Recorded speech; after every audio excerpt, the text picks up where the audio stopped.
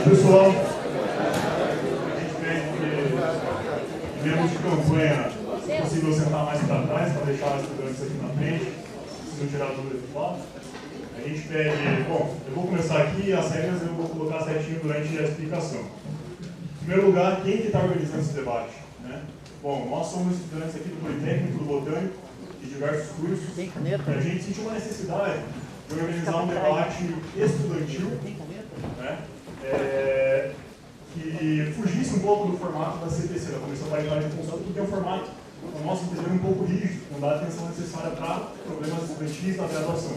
Então a gente conversou de forma espontânea, não somos do DCE, não somos de outra entidade, e resolvemos então fazer algo que é necessário, até porque o campus do Politécnico tem 48, 49% dos alunos da Federal, junto com o Botânico dá em torno de 65%. Então é algo totalmente expressivo. E outra coisa, vai ter eleição para reitor. Muitos estudantes não sabem que vai ter eleição para reitor. Apesar das faixas ali, é uma coisa que passa despercebida. A eleição vai ser 27 e 28 de setembro. E qual que é a importância disso? Nas federais, o estudante tem a paridade no voto, ou seja, os votos do estudante valem um terço dos votos junto com o técnico e do docente. Só que para valer esse um terço, é preciso que qualifiquemos o nosso voto. E como que vamos qualificar o voto? Desde que um terço total dos estudantes de graduação e pós-graduação, no mínimo, votem. Ou seja, a gente tem em torno de 30 mil estudantes juntando com pós-graduação, então precisaríamos que 10 a 15 mil estudantes votassem para que o nosso voto contasse esse um terço. Caso não chegue a um terço do total, a nossa soma passa a ser proporcional. Então, o nosso peso da eleição passa a ser muito baixo. E seria, geralmente é assim, que é muito complicado, porque nós somos a maioria absoluta dessa comunidade. Os alunos de graduação e pós-graduação, numericamente, são a maioria absoluta. Então, nós precisamos atentar para isso. Outra coisa é a politização estudantil. A gente percebe uma certa apatia na juventude, recentemente, né? O desinteresse pela política. E se dentro da nossa universidade a gente não consegue saber quem são os candidatos para reitor, saber quem é a gestão atual, qual interesse está por trás de cada gestão, então uma coisa fica um pouco difícil de tentar fazer algo maior e se manifestar. Quero começar aqui fazendo uma crítica construtiva, sem uma agressividade, às duas chapas. Por quê? Porque a campanha, quem está acompanhando a campanha, percebe que a campanha é muito direcionada para o técnico e para o docente. Né? São poucos os momentos em que a graduação em peso consegue conversar com os candidatos, saber de fato quais são os interesses. A gente sabe que as chapas às vezes vão em um setor acadêmico que outro, mas a grande maioria dos estudantes não sabe quem são as chapas e acabam votando por outras razões que não as que deveriam ser, a análise crítica das propostas. Então esse é o momento para a gente politizar os estudantes. A gente espera que quem está aqui hoje consiga fazer uma análise e divulgar também esse debate. E outra razão para as chapas não fazerem campanha para a graduação é porque, agora vem a crítica ao DCE. O nosso DCE, infelizmente, também não politiza os estudantes como deveria politizar. E politizar, nesse momento, não significa indicar um ou outro candidato. Significa, vamos dar ciência aos estudantes de que está tendo um processo eleitoral. O estudante vota em um e outro, anula seu voto, boicota, mas o estudante ele tem que ser informado sobre a decisão. E a quem compete isso? Ao DCE, que é a representação estudantil máxima dessa entidade. Então fica a nossa crítica. Tem muito boas pessoas do DCE que esperam que isso mude, que politize o estudante e que a gente consiga saber que tem uma campanha aqui e que uma das duas chapas vai ser empossada. Isso se o governo de fato empossar. Mas uma das duas chapas, a princípio, será empossada. A gente precisa saber quem vai estar lá até para poder votar depois. Isso é muito importante. Bom, vamos então às regras. Né? A primeira coisa mais importante é que não haja claques, não haja vaia, não haja nenhum tipo de desrespeito aos candidatos. Isso vai ser proibido fortemente. Se durante a fala isso acontecer, a gente vai pedir para os candidatos pararem a fala. A gente para o tempo também, restitui para os candidatos. A gente pede também que membros de campanha... Bom, aplauso é uma coisa que acontece, mas por que vem o aplauso? A gente assiste debate na televisão, o aplauso é o membro da campanha que está aplaudindo. Então, assim, quer aplaudir depois da fala? Aplaude. Mas eu acho que a gente tem maturidade suficiente para saber que o aplauso não vai mudar os votos de ninguém. Né? Então vamos ter um pouco de parcimônia nesse sentido, porque até fica mecânico, né? Depois de toda a fala, o membro de campanha tem que aplaudir para mostrar que não, o candidato falou bem. Vamos lá. Vamos para as regras então. Primeiro bloco. vai ser, a gente chamou, justamente por ter flexibilidade no formato de debate, a gente conseguiu chamar membros de entidades representativas da universidade, a maioria estudantil. E por que isso é importante? Porque são entidades que estão no dia a dia da universidade, conhecem muitas demandas que às vezes uma pessoa não vai conhecer com tanta profundidade. Então, quais são essas entidades? A gente chamou não só entidades estudantis, também a universidade ser formada por técnico, docente e estudante, a gente chamou o sindicato do técnico, dos professores e o DCE para fazerem perguntas. O sindicato dos professores, a PUF, votou internamente que não participaria do debate, só participaria de debates da CPC. Então teremos uma pergunta do Sindipet, que é o Sindicato dos Técnicos, uma pergunta do DCE, que é o segundo, desculpa, do Sindicato dos Técnicos, a segunda vai ser a frente das terceirizadas. Qual que é a importância de termos uma pergunta das frentes das terceirizadas? Bom, toda a limpeza, o RU, segurança, recepção, tudo que faz funcionar a universidade por baixo é feito por terceirizadas. Então, e por que não chamar o Sindicato das Terceirizadas? Porque a gente sabe que o sindicato não está tão próximo do dia a dia. Então, os estudantes fizeram uma frente das terceirizadas para apoiá-las.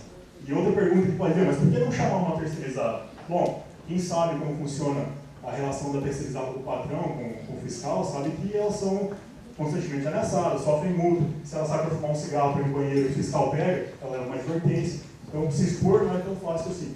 Então, a gente vai chamar um membro da frente das terceirizadas para fazer a segunda pergunta. Terceira pergunta do DCE. Quarta pergunta, da representante do PIBID, que é um tema muito caro na relação com a universidade. Quinta pergunta, um membro da CEL. E são essas 5 perguntas no primeiro bloco. Qual o tempo? 2 minutos de pergunta da entidade, 3 minutos de resposta. A mesma pergunta para os 2 candidatos. Então, começa respondendo a chapa 2, por exemplo, vai responder a chapa 1, na próxima pergunta começa a chapa 1, depois a chapa 2. Segundo bloco, não terá, teríamos a pergunta entre os candidatos, mas as 2 chapas entraram em acordo que preferem não ter esse segundo bloco. Então, e o terceiro bloco, na verdade é o segundo bloco, vai ser perguntas do público. Como que vai funcionar isso aqui? A gente pede que as pessoas escrevam o seu nome no papel e chamem o Gustavo para colocar numa sacola, e no terceiro bloco a gente vai sortear isso. A gente prefere assim, porque a pessoa pergunta, olhando no olho do candidato, é melhor do que papel escrito. Se a pessoa fizer uma pergunta direcionada para um candidato, lembrando que a pergunta vai ser para os 2, a gente vai pedir para refazer essa pergunta. Então pedimos que quem for fazer pergunta, não seja de campanha, primeira coisa, a gente não vai permitir que membros de campanha façam perguntas, então a gente até pede que as 2 chapas policiem. Se vocês virem que um membro de uma campanha está fazendo, vocês nos avisem. Então, perguntas não de membros de chapa. Vai ter 1 minuto e meio para pergunta, 2 minutos e meio de resposta. Todos entendidos? Certo? E no começo teremos uma pergunta sobre o processo que a reitoria está colocando sobre os estudantes. E teremos 5 minutos aí, conclusão para as 2 chapas livres, se quiser. Bom, a gente vai começar então, justamente com essa pergunta do processo. Me pediram para fazer essa pergunta. Para quem não sabe, a reitoria está processando 9 estudantes que participaram da greve do ano passado. A acusação da reitoria é de que os estudantes, durante a ocupação, não permitiram o pagamento de empresas terceirizadas e de salário das funcionárias terceirizadas. Bom, quais são as mentiras que estão nesse discurso? Em primeiro lugar, todos sabem que o pagamento para empresas terceirizadas é feito através de uma certificação digital, um todo, às vezes é um pendrive ou uma senha, que a pessoa coloca no computador, ela está autorizada a fazer o pagamento, ela vai lá e faz o pagamento. Então a reitoria alegou que todos os tokens para fazer pagamento com a autorização estavam no gabinete X lá da reitoria e que durante a ocupação não era possível entrar e fazer o pagamento. Só que durante a ocupação, os membros da ocupação colocaram várias notas dizendo que poderiam entrar e fazer o pagamento. Daí a reitoria respondeu, não, porque em princípio a gente não vai entrar. Bom, quem conhece como é feito isso sabe que quem faz isso é uma empresa do governo federal, o SERPRO. Ela faz certificação digital. Então, em caso de extravio, a empresa no mesmo dia pede para o SERPRO e o SERPRO no dia seguinte dá o token. Ou seja, a reitoria poderia ter pedido por extravio um novo token e realizar o pagamento dessa empresa no dia seguinte. Isso não foi feito. Por que não foi feito? Uma boa pergunta. Preferem atrasar salário de terceirizado e pagamento de empresa por uma questão de princípio. Enfim, foi pedido então para perguntar para os candidatos, porque os candidatos se mostraram contrários à terceirização, mas a gente queria saber se os candidatos se comprometem a retirar o processo assim que assumirem. Lembrando que não foi feita nenhuma sindicância interna antes de levar para a justiça. Foi levado direto para a justiça esse processo. R$470 mil de indenização dos estudantes. Então a gente quer saber dos candidatos se se comprometem a retirar o processo ou fazer de tudo para retirar o processo assim que assumir. Vamos sortear então quem começa respondendo. Como que eu vou sortear? Tem uma moeda aí? Bom, aqui tem, então eu coloquei isso.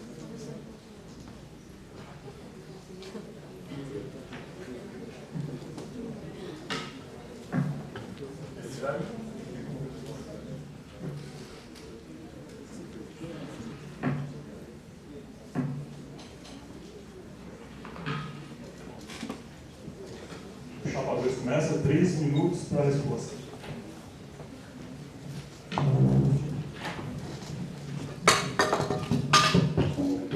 Muito boa tarde a todas, todos. Muito boa tarde aos organizadores, à chapa adversária. Quero, antes de responder isso, que nós temos uma posição muito direta sobre essa pergunta, cumprimentar os organizadores. Acho que, de fato, um espaço para que a gente possa falar melhor, falar mais livremente das propostas é super bem-vindo, né? Eu tenho um balanço meio cruel. O melhor debate que houve até agora entre as chapas foi o debate da Gazeta do Povo. Não foi nenhum dos outros debates que aconteceram dentro da universidade. Convido a toda a comunidade a dar uma olhada nesse debate da Gazeta do Povo.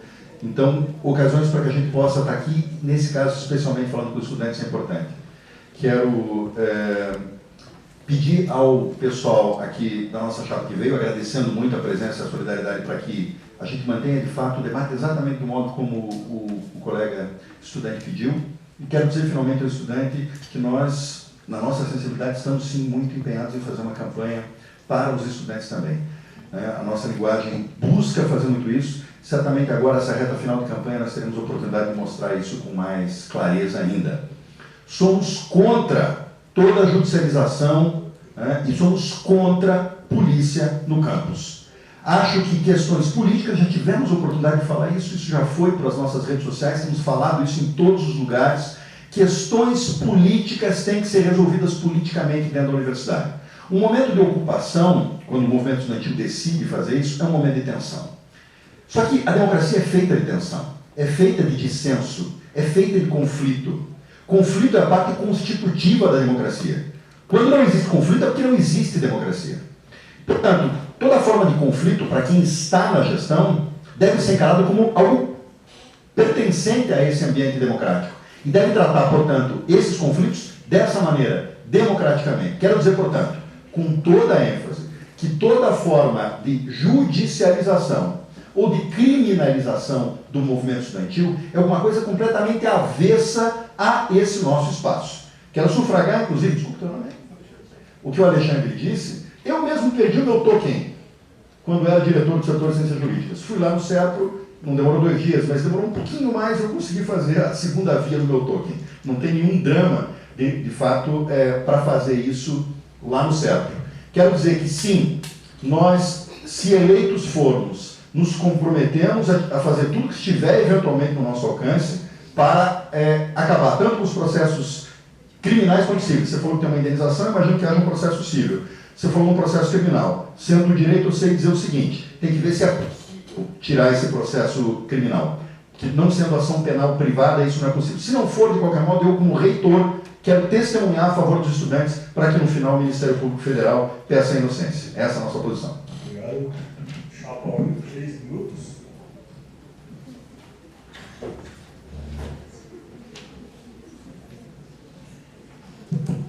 Boa tarde a todos e todas. Quero cumprimentar os nossos chapa adversária, cumprimentar os organizadores do debate, as entidades presentes, dizer que é de fato um momento muito rico, esse que a gente possa explorar melhor o debate das nossas propostas e dizer que fico bastante feliz que esse auditório seja lotado, praticamente só com estudantes, que de fato a gente tem buscado, sim, tratar de todos os segmentos da comunidade acadêmica.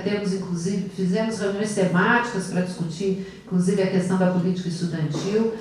Temos debatido as propostas para a política estudantil, que não é só política de assistência, através do nosso site. Temos já um volume bastante expressivo de propostas, algumas delas estão aqui nesse material que nós distribuímos, mas queremos também convidá-los a participar e contribuir nessa construção colaborativa que nós estamos fazendo no nosso programa de gestão, que é como a gente pretende fazer durante toda a nossa gestão. Também já nos colocamos aqui, tanto na nossa página do Facebook, quanto perguntado em outros debates. Fomos perguntados também lá em Palotina, quando tivemos a oportunidade de conversar somente com os estudantes de lá, com os vários centros acadêmicos. Nós absolutamente somos contrários a qualquer forma de judicialização e criminalização. Acho que quando a universidade busca a justiça para resolver conflitos internos, ela assina um atestado do seu fracasso como instituição pedagógica e instituição educativa. Então, da mesma forma, nós buscaremos todos os meios possíveis para a retirada desse processo, e se não for possível, também, na mesma direção, defender os estudantes. Acho lamentável, a gente tem um compromisso aqui com vocês, de que durante toda a nossa gestão, não será assim que nós vamos mediar. Eu, várias vezes no Conselho, inclusive, atuei na mediação junto com as entidades, com os estudantes nesse momento de greve, tenho bastante experiência em lidar com divergências. Sou coordenadora do Fórum Estadual da Educação e divido a coordenação com a Secretaria de Estado da Educação e com a APP Sindicato, e eu acho que essa, de fato, é a riqueza. E debates como esse, inclusive, mostram também, são oportunidades de mostrar como é que a gente lida com conflitos, como é que a gente lida com divergências, né? Então, é olhar um pouco mais do que nós estamos dizendo, mais a nossa trajetória, e também como nós temos nos colocados dessa forma. Eu ia passar para o cinema, mas acho que não vai dar, para a próxima falei demais aqui. Nós também entendemos que essa forma que a reitoria usou para dizer que a ocupação dos estudantes prejudicou as terceirizadas, além de ser enganosa, ela é completamente destrutiva porque se coloca pessoas em conflito. Obrigada. Só esclarecer, eu esqueci, acho que eu vou apresentar a chapa 1, a chapa 2, que é os candidatos Marcos Sunier para reitor, André Carlos para vice, Ricardo Marcelo para reitor, Graciela Rousseau para vice. Beleza? Bom, eu acho que não vai precisar, mas tem direito de resposta, né? Caso alguém se sinta, pode fazer o pedido. Daí tem duas pessoas da comissão que vão avaliar, tendo 1 minuto para ter resposta, mas, por favor, continuamos lá. Bom, agora prepara o membro do Sinditeste, então, por favor. Se quiser pegar isso aqui. Depois já prepara o DCE, para eu fazer pergunta também. São 2 minutos. Boa tarde, alunos, técnicos e professores que estão aqui. O sindicato é muito importante esse convite. Achei, inclusive, que a maneira de construir o debate é melhor, porque conversando, olhando para as pessoas é muito mais fácil da gente fazer uma conversa rápida. Então, assim, o sindicato nosso, ele foi inaugurado, fundado, na época, com 400 servidores. Hoje nós temos na base em torno de 10 mil na base, em torno de 7 mil inscritos. E hoje nós temos também um sindicato, que não é mais um sindicato de base municipal, ele é um sindicato estadual, pertence à base, ao TFPL, a Federal do Paraná e a UNILA, em Foz do Iguaçu. Então hoje o nosso sindicato é importantíssimo no sentido de discutir a questão da educação, e a gente acha importante, e sempre a gente teve a compreensão. Hoje nós temos o sindicato coletivo, né? Então, o que nós temos de pergunta, bem rapidamente, é o seguinte: nós tivemos uma dificuldade muito grande na gestão do Zaguiago sobre a liberdade de fazer política na universidade, tanto na discussão sobre a questão da educação, como também a liberdade de discutir propostas e a reivindicação dos servidores. O que é que nós pensamos? É de que deveremos ter a liberdade de construir isso tanto com os alunos como os professores, que a gente discuta a comunidade como um todo. Então, a pergunta para os dois candidatos é: qual é, na verdade, o espaço que o sindicato vai ter para fazer essa discussão? E como é que vai se dar a questão da liberação dos trabalhadores na comissão do sindicato? Obrigado, chapa 1, tem 3 minutos.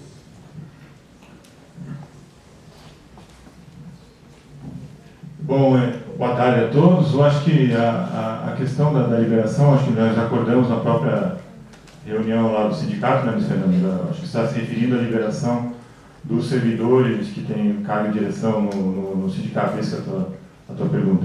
Bom, a forma de diálogo é como eu tenho feito toda a minha história aqui dentro da universidade. Ela sempre foi marcada pelo diálogo aberto com as pessoas que eram de acordo com a minha opinião ou divergentes da minha opinião. Eu acho que, como a Andréa já falou na fala dela aqui anterior, a gente viveu momentos aí de uma dificuldade muito grande de diálogo de todo mundo, não só dos sindicatos com a reitoria, mas da administração acadêmica com a reitoria, né? Uma das coisas que nos move justamente a constituir uma chapa de oposição dentro de um grupo que estava justamente buscando um diálogo maior com a reitoria, é justamente essa falta de diálogo, essa centralização das decisões que é constante da atual gestão, é uma das razões pelas quais nós estamos defendendo na nossa proposta a transparência, né?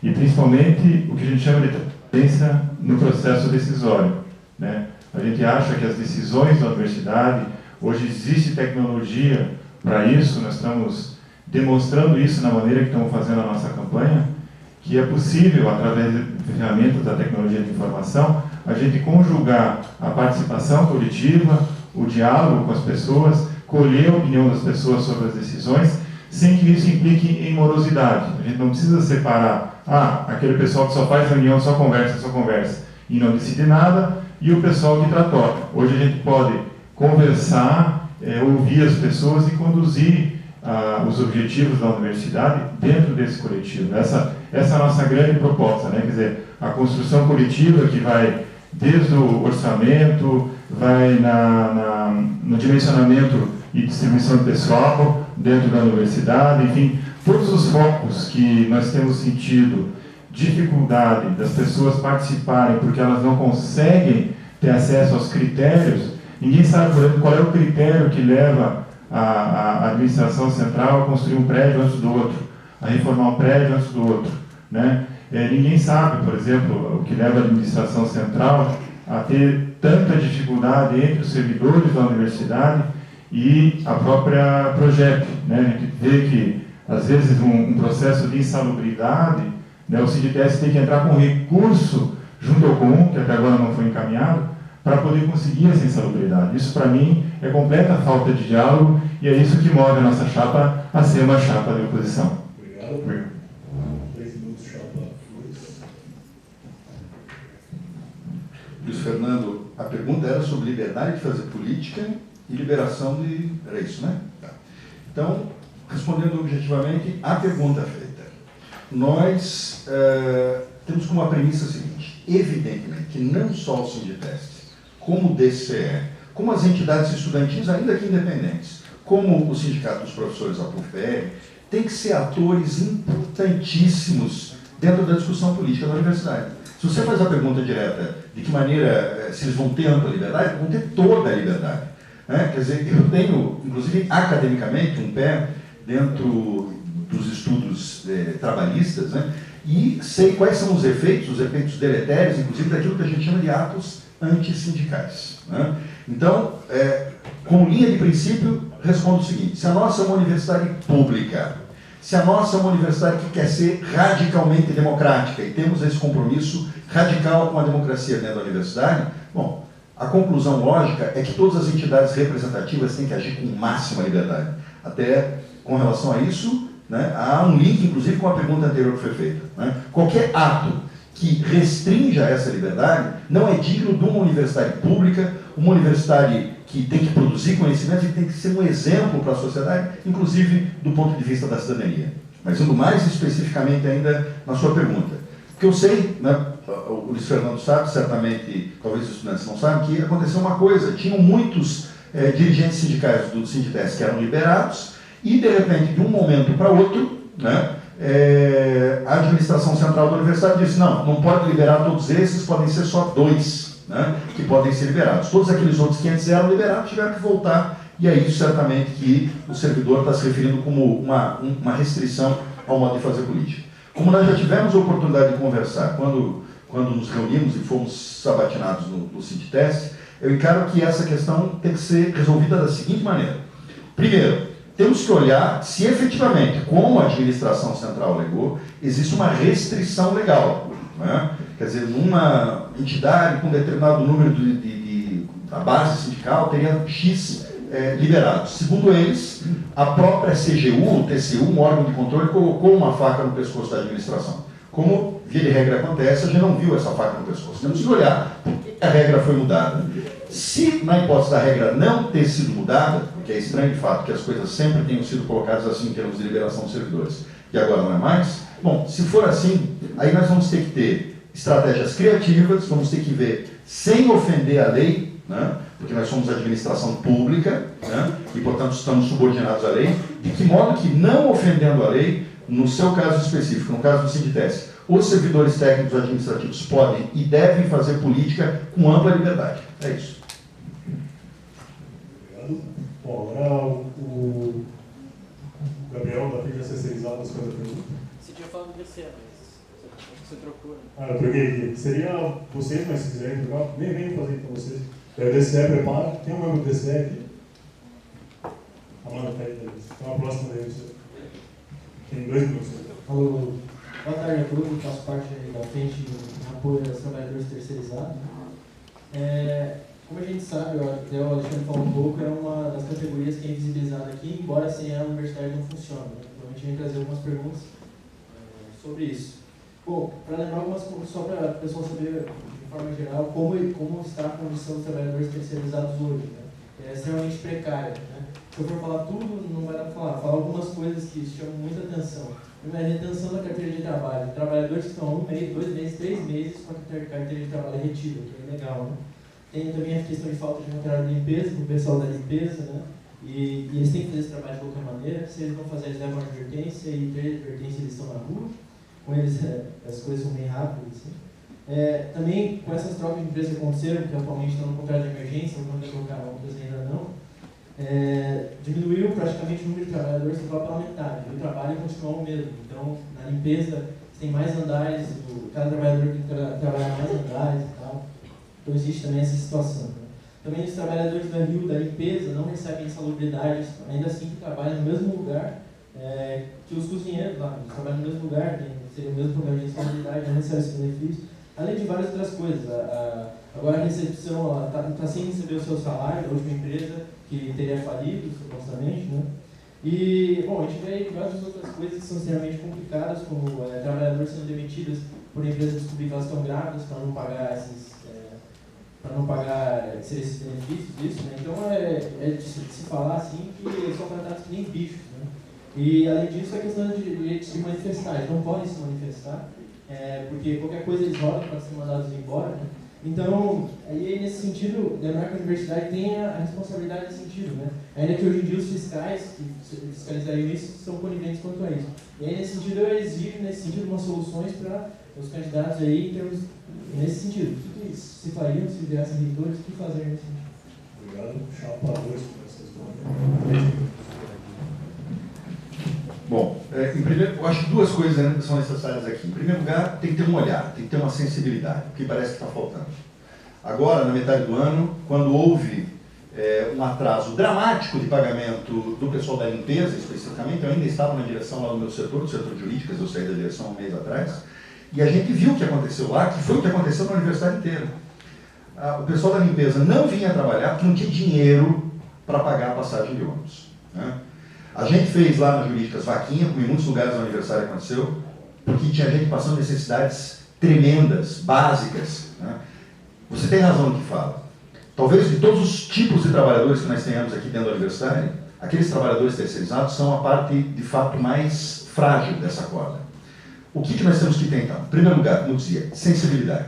Isso significa dizer o seguinte: se nós temos um problema orçamentário, que é aquilo que, enfim, foi dito, né, que a reitoria estava passando, que ela tinha um monte de contas para pagar, não tinha dinheiro e tinha que fazer algumas escolhas de Sofia sobre quem pagar e quem não pagar, a sensibilidade que a reitoria tem que ter em primeiro lugar é o seguinte: você jamais pode deixar de dar prioridade no pagamento para salário, para aquilo que a gente chama de verba alimentar, para aquilo que faz com que as pessoas possam viver.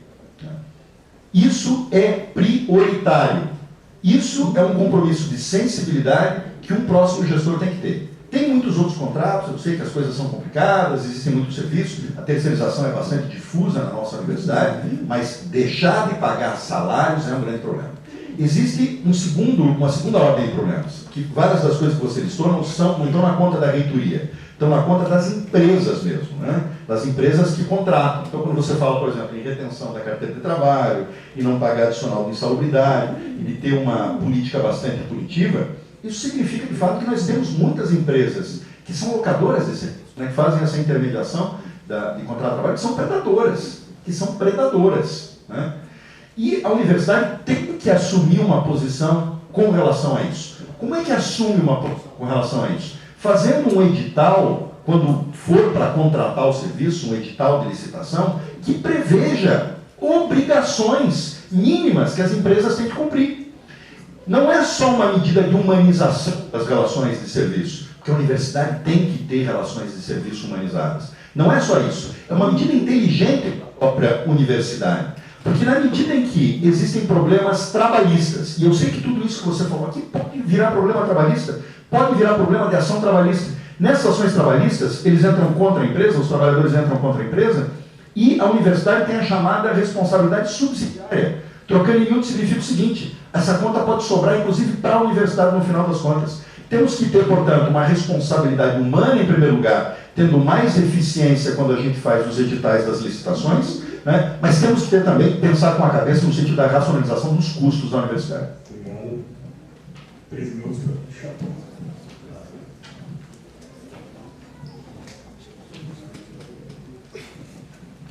Bom, então, respondendo acho que a pergunta que vocês colocaram, o que fazer para resolver esses problemas? Primeiro, não dá para trabalhar a questão das empresas terceirizadas, elas consomem quase que 1/3 de todo o custeio de capital que a universidade tem disponível, que é 300 milhões. A universidade tem trabalhado o tempo todo com 3 meses de atraso. A questão do não pagamento, ou da falta de serviço da terceirizada, só acontece no 4º mês de atraso. Então, é preciso atrasar 4 meses de pagamentos para que a terceirizada deixe de pagar os seus empregados.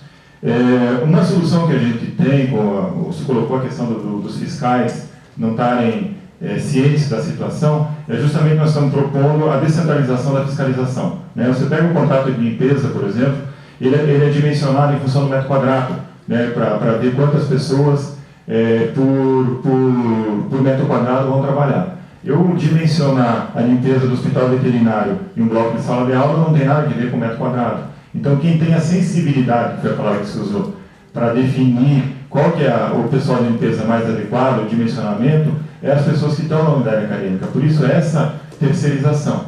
A outra questão, que diz respeito à gestão dos contratos, e por isso descentralizar a fiscalização, é que a qualidade do serviço da cantina, da comida do RU, se a segurança está cobrindo ou não está cobrindo corretamente aqui o Politécnico, se as pessoas estão se sentindo seguras ou inseguras, ela também está relacionada com a fiscalização.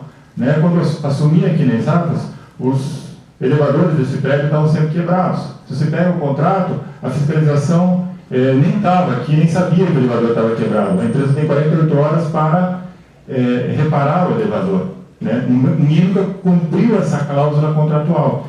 Então, o que eu acho é que os editais até prevêem muita coisa, só que pela ausência da descentralização da fiscalização, uma fiscalização mais cuidadosa e mais sensível, como você colocou, a coisa fica muito mais difícil, né?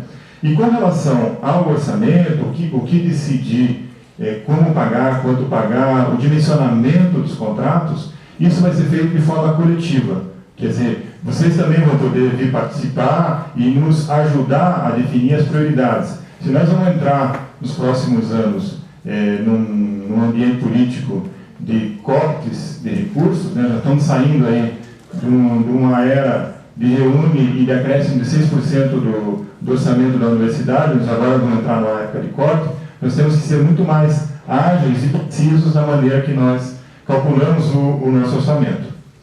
Então, acho que era isso que eu queria colocar. Eu acho que essa questão dos terceirizados, ela pode ser muito melhor gerenciada com a descentralização da fiscalização.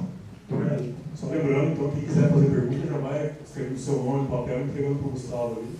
Depois, no próximo bloco, a gente vai sortear. Então, a próxima pergunta do DCE.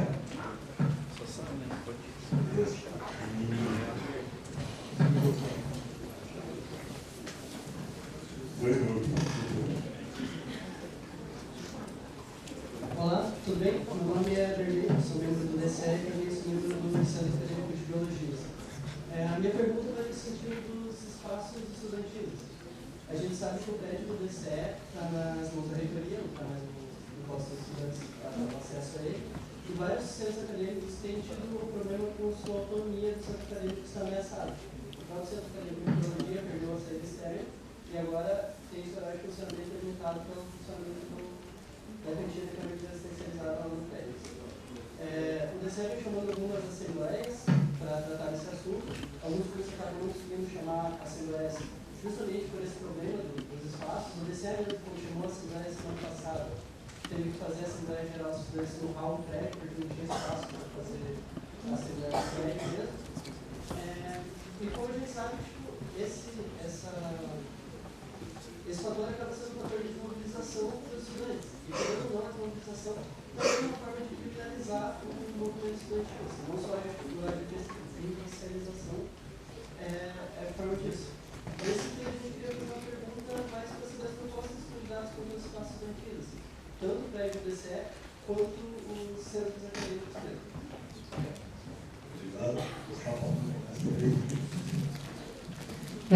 Nós já assumimos, né, esse compromisso aqui, inclusive está no nosso material, a questão do respeito aos espaços estudantis.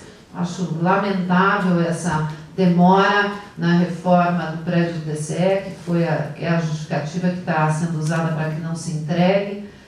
Nós temos, e pelo que nós percebemos lá, pelo menos, embora o prédio tenha sido blindado praticamente, né, a porta de entrada ali foi soldada, quem passa externamente sabe, não vê nenhum movimento de reforma. Então essa é mais uma das faltas de transparência da atual gestão. Nós temos um compromisso claro de devolução dessa sede, de conclusão dessa reforma, inclusive com os membros do TSE podendo acompanhá-la, que me parece óbvio, né, que quem vai usar o espaço tem que acompanhar essa reforma, e de repactuação do uso desse espaço. A gente sabe que tem uma série de problemas, de vizinho reclamando quando tem festa, altas horas, nós precisamos combinar esse uso daquele espaço, mas também pensar na projeção de outros espaços para eventos, né? Então tem isso também, a gente começar a pensar dentro das nossas possibilidades orçamentárias, espaço para evento. Eu mesmo busquei mediar a realização do Encontro Nacional dos Estudantes de Pedagogia, e foi uma dificuldade muito grande para que as estudantes conseguissem realizar o seu encontro. Um dos diretores aqui do Centro Politécnico negou que pudesse ser usado aqui esse espaço, o diretor do setor de tecnologia. Nós fizemos, portanto, uma mediação com o CEPT para que abrigasse aquele espaço, e eu assinei pessoalmente, inclusive, porque um termo de compromisso que eu me responsabilizava, que é desse jeito, essa dificuldade que nós temos tido para realizar os eventos estudantis. Uma normatização excessiva que acaba inviabilizando, né? Os encontros estudantis acabam tão cheios de tantas regras, tantas normas, que eles deixam de ser encontro estudantil. Vira quase um retiro, né, se for seguir naquelas normas. Então, acho que essa sensibilidade, até porque, como eu fui do movimento estudantil, né, nós vamos ter para pensar esse espaço, então, deixando bem claro, garantir o espaço do DCE, garantir os outros espaços de convivência estudantil e fazer com que os estudantes participem, inclusive, da discussão, isso foi trazido de uma plenária nossa, das próprias discussões dos espaços da cantina, que muitas vezes não estão sendo projetadas para serem também um espaço de convivência estudantil. Então, temos esse compromisso para ampliar os espaços de convivência. A gente quer que os estudantes fiquem bastante dentro da universidade e não só na sala de aula. Obrigado. 3 minutos para achar, Paulo. 2. Muito obrigado. Eu reafirmo a seguinte premissa: uma universidade pública verdadeiramente democrática tem que dar todas as condições para que as entidades representativas das 3 categorias se expressem politicamente. No caso dos estudantes, resguardar os seus espaços físicos é uma coisa naturalmente estratégica para o seu funcionamento, que até diferentemente dos outros sindicatos, são coisas que estão dentro da universidade e a reitoria, a gestão da universidade não pode de nenhum modo colocar restrições com relação a isso. Eu era diretor do setor de ciências jurídicas quando eu vi lá nos conselhos superiores, né, depois que aconteceu, enfim, o desfecho, né, daquela, enfim, desocupação, né, do DCE, que houve um compromisso de em 60 dias dar a chave nas mãos dos estudantes. Isso deve fazer o quê? Uns 10 meses, 11 meses talvez, alguma coisa nesse sentido, né? E até agora, de fato, aquilo que a gente vê é uma porta lacrada e não vê nenhum movimento sequer. E, na verdade, existe uma opacidade, né, também no que diz respeito ao que está acontecendo. Quer dizer, existe lá o de bombeiro, está sendo feito alguma coisa, não está sendo. Eu tenho a intuição de que esse problema do DCE, como também o problema do DANC, né, da medicina, é alguma coisa que vai ter que ser desatada efetivamente pela próxima gestão da universidade. Da nossa parte, os estudantes podem ter um compromisso, até porque nesse nosso material de propostas, a gente faz material com propostas, a gente coloca 9 itens específicos que dizem respeito exatamente a essa pergunta, né? É prioridade para nós restituir isso aos estudantes. Espaço de estudantes é dos estudantes. Se tiver alguma coisa ainda que ser feita, se tiver alguma coisa ainda pendente no final das contas, o nosso compromisso é que os estudantes participem desde o dia, a posse do novo reitor seria no dia 19 de dezembro, se nós formos eleitos, desde o dia 20 de dezembro, para tomar pé do que está acontecendo junto com a gente e planejar junto conosco. Se ainda faltar alguma coisa, os passos a serem dados a partir dali. Senão, a chave será entregue no próprio dia 20. Quero dizer ainda que foi mencionado aqui a questão das cantinas. Isso é uma coisa que nós temos que dimensionar muito. Lá no setor de jurídicas, por exemplo, a gente percebe que tem um espaço de cantina que a licitação nunca abre, quer dizer, a cantina nunca acontece, e nós sabemos que os recursos das cantinas também financiam e dão condições para o funcionamento dos centros acadêmicos. Temos que olhar isso e conversar sobre isso junto com os estudantes. E já que foi levantado esse outro tema, um pouquinho estranha a pergunta, né, no que diz respeito à viabilização do espaço para realização de encontros estudantis, quero convidá-los todos a ver aqui o item 9 das nossas propostas das entidades estudantis. Temos uma proposta muito concreta com relação a isso. Na hora que o prédio da educação física finalmente ficar pronto, esse prédio onde funciona a educação física, queremos discutir isso com vocês no momento adequado, tem que servir para eventos estudantis. Obrigado, Leandro. Agora, prepara aqui. Iria vir a professora Joanês, que é a coordenadora do vídeo, não pôde vir. E a professora Simone vai fazer a pergunta. Boa tarde a todos. Agradeço o convite para o convite da cidade desse debate. Mais alto. Mais alto.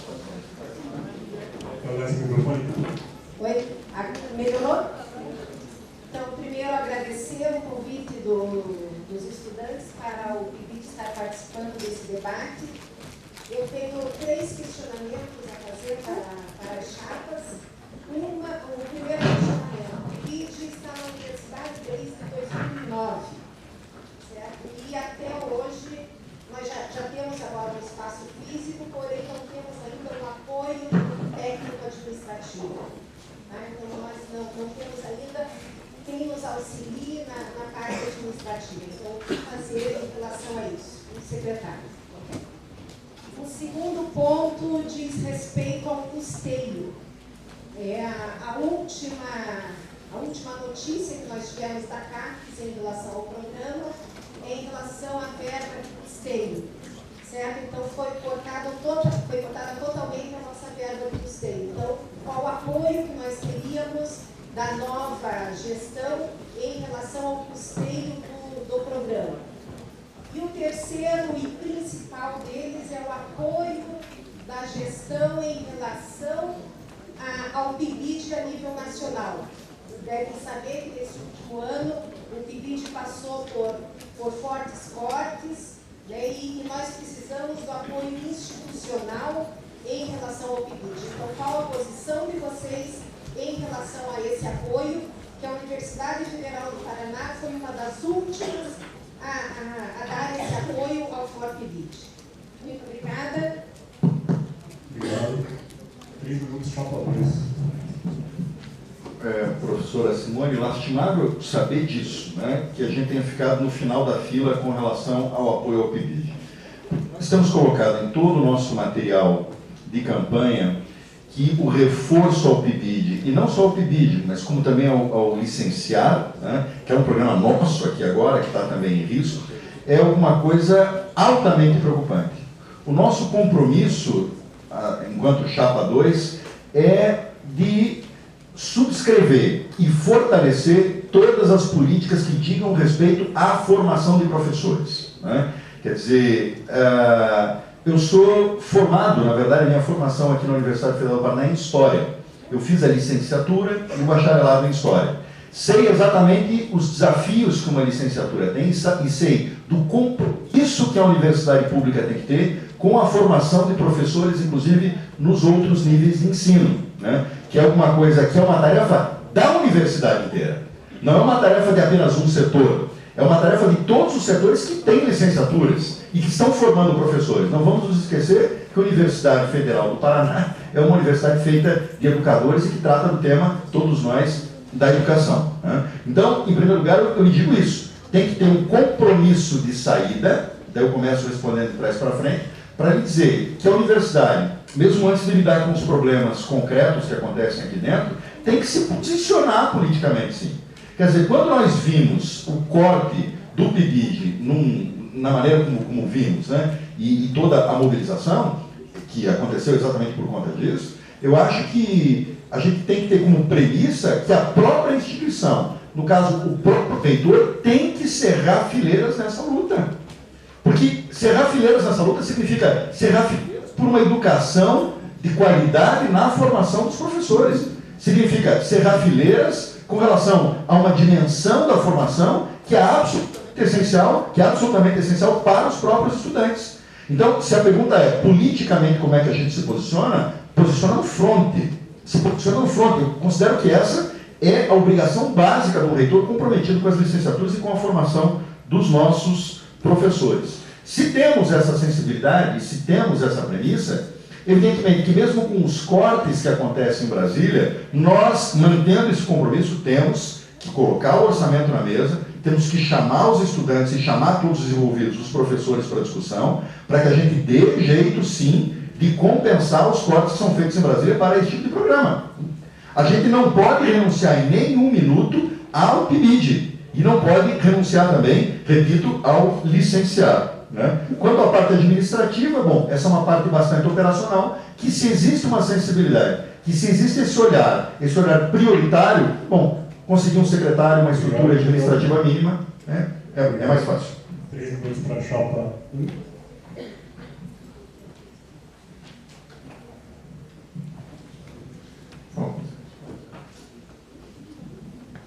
Bom, então, falando primeiramente da questão do apoio administrativo, a gente vai fazer, com toda a transparência, um edital de transferência de dimensionamento do pessoal, né? Eu acho que a universidade que cria cursos de graduação sem... Você conhece bem até do teu curso, né, Simone? Quanto tempo secretário, quantas atividades não são criadas, e sem o apoio administrativo e sem dimensionamento. Isso é uma das primeiras coisas que tem que mudar na próxima gestão. Com relação ao custeio, é a mesma tecla, falta de transparência. O custeio do PIBID, para as 550 bolsas que ele distribui, é só R$200 mil, veio R$100 mil. Para você viabilizar um programa do impacto que tem o PIBID, só tem que colocar mais R$100 mil em custeio. Então, será que a universidade que tem R$300 milhões de custeio capital anual, ela não consegue priorizar R$100 mil para o custeio do PIBID, para viabilizar o PIBID? Isso é um absurdo. Então, isso não pode continuar, ou pelo menos, se não existe esse recurso, nós temos que ter uma razão muito clara do porquê que não se consegue colocar 100 mil reais do custeio da universidade em um programa com o PIBID. A questão 3 eu deixo para... Vou dizer que eu tenho um imenso respeito pelo PIBID, é um dos melhores projetos que a gente teve nos últimos anos, das políticas indutoras do governo federal. Eu fui presidente do Fórum de Diretores das Faculdades de Educação, nós realizamos um encontro, agora o último encontro, tiramos uma carta de todo o Fórum de Diretores das Faculdades de Educação em apoio ao PIBID, também já à época fazendo críticas àquela mudança que depois foi corrigida, do que distorcia, né, o que era realmente o objetivo. Então nós obviamente vamos apoiar, não só, mas acho importante, uma das nossas propostas é começar a gestão realizando conferências temáticas, uma delas sobre a questão do ensino. É importante que a gente, nesse momento inclusive que nós estamos tendo recuos na política nacional, que a gente recupere o protagonismo da universidade. É lamentável e inexplicável porque que a reitoria resolveu suspender, por exemplo, isso não tem nada a ver com o governo federal, uma decisão interna, as bolsas do licenciado, que é um programa nosso muito anterior, inclusive, ao PIBID. Nós entendemos que é importante não só apoiar esses projetos, mas recuperar esse protagonismo e integrar os diferentes projetos. Ter um olhar integrador, não no sentido de misturá-los, mas no sentido de articular, né? Tanto o PIBID, quanto a política do estágio, quanto as políticas do licenciado e outras políticas nessa direção. Então, pode ter certeza que esse, ainda mais sendo eu da área, esse vai ser um olhar que nós vamos ser bastante cuidadoso para essa área, a área de ensino, a área do estímulo à formação para a docência. Agora o companheiro da CEL, Guilherme.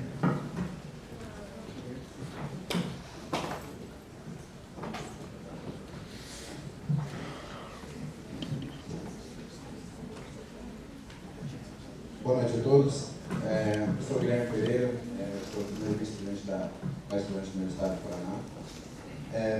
Dos mais ou menos 320 moradores da casa, 75% deles estudam na Federal. O mesmo caso é na CELU, na CELC, na CELIBRA e na LAC também. Vários problemas de segurança dentro das casas e também ao redor. A gente teve um caso muito relevante agora, que teve um tiroteio na frente da CELC, que foi bastante grave nisso.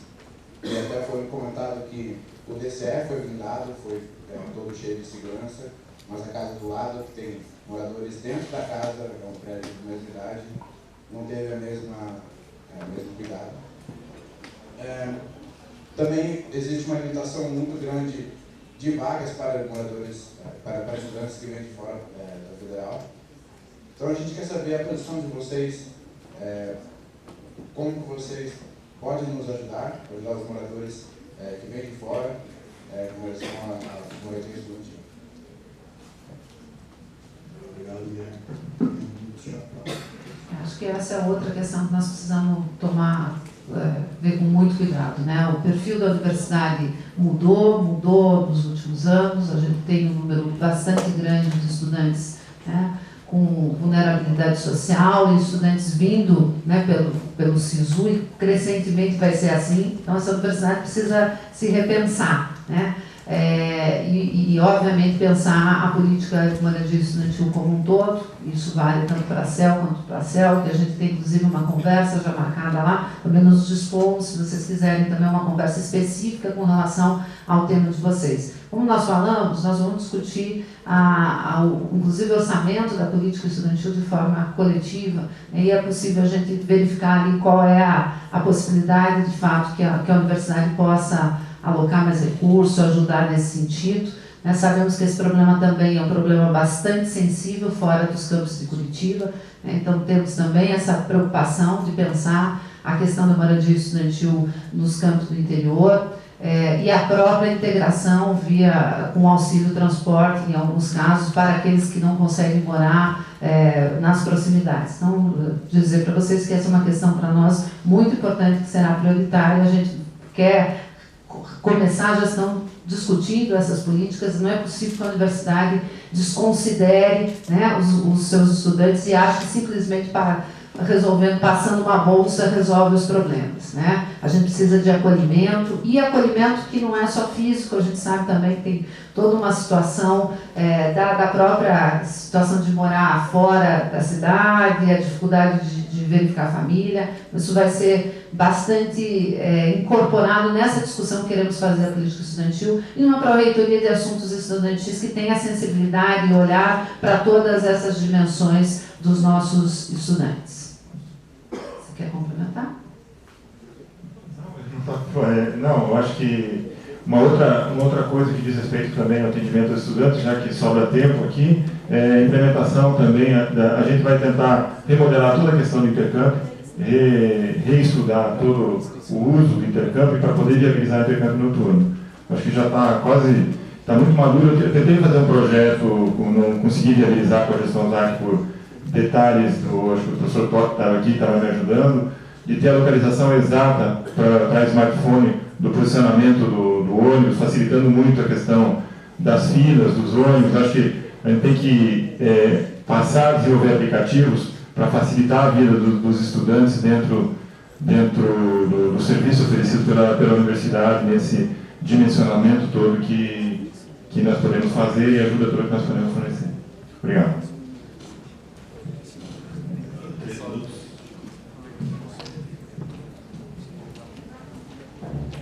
Bom, eu coloco a seguinte premissa. A partir de 2016, desse vestibular agora, como nós sabemos, se implementou integralmente as condições daquela lei de 2012 das cotas. Significa que metade dos nossos estudantes agora estão ou nas cotas raciais ou nas cotas sociais. O que isso significa? Significa não que a ideia da inclusão da universidade tenha sido resolvida, tem muitos desafios para a gente fazer, mas significa que o grande desafio que nós temos a partir de agora, mais do que nunca, é o de manter esses estudantes na universidade, de dar a eles as condições para que eles fiquem, para que fiquem com condições dignas e para que saiam, no final, lá com o diploma debaixo do braço.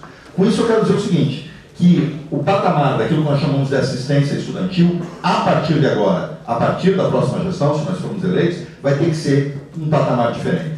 E quando nós dizemos isso, quando falamos desse novo patamar da assistência estudantil, nós colocamos em primeiro lugar a questão da moradia. Se nós estamos recebendo, como estamos recebendo, muito mais gente de fora, muito mais gente com vulnerabilidade econômica e vulnerabilidade social, as questões de moradia viram questões estratégicas para a universidade. A universidade joga fora a sua dimensão de cidadania se colher e não der condições de moradia para esses estudantes. Acho que a situação mais grave, preciso ser sincero com vocês, a situação mais grave é nos campi fora de Curitiba. Se a gente olha a situação dos estudantes de Matinhos, ou estudantes do litoral, de modo geral, e se a gente olha a situação dos estudantes do interior, Paulotina e Jandai, agora também Toledo, a gente vê que essa é uma decorrência da expansão dos campi, ali é emergencial. Se não tiver isso, não vai ter aluno o suficiente, a evasão vai ser gigantesca. Mas essa é também uma questão que tem que ser encarada aqui. É uma questão que tem que ser encarada aqui. A CELC, dentro de um prédio da Universidade Federal do Paraná, ela precisa, primeiro precisa, em primeiro lugar, consertar aquele elevador, né? Porque tem alguma coisa, uma caveira de burro, a gente conserta errada, que esse problema desse elevador que nunca é consertado. Né? Mas temos que pensar assim na questão da segurança, porque a gente sabe, que as meninas que estão morando ali sabem, que as condições ali, para entrar por uma janela daquela, qualquer criança, as condições de segurança, de fato, estão complicadíssimas. Isso é prioridade para nós. Gracias. Eu tenho participado com umas alunas que tiveram um problema muito sério de invasão dentro da casa delas, e para nós é importantíssimo também a acessibilidade.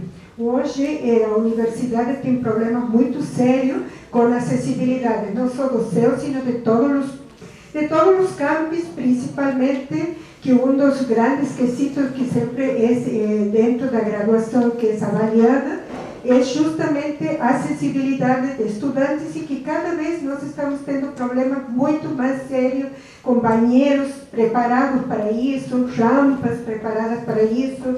Então nós temos que trabalhar também não só nas casas, sino na acessibilidade. Agora então, a gente parte para as perguntas do pessoal que está aqui. Gustavo, conseguiu o nome já? Tem alguns. Vamos sortear? Como você vai fazer?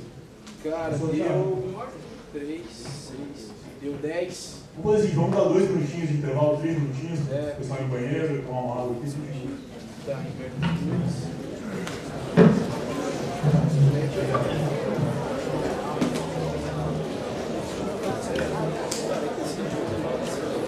Chaves, da minha posicionando, depois Leitão, da farmácia, depois Gabriel, de economia, Ana Carla, de ambiental, Gabriel, de DCC, Luiz Barão, de DCC, Eduardo Burman, atléticas, Felipe Cruz, Pedro Física, Rafael Salomão.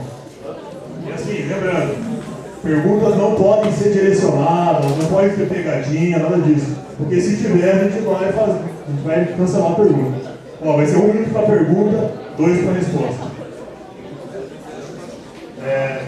Vamos ver quem acabou aqui. O Chapa 2 começa respondendo. Então, vou tentar aproveitar esse espaço para fazer um combo de perguntas.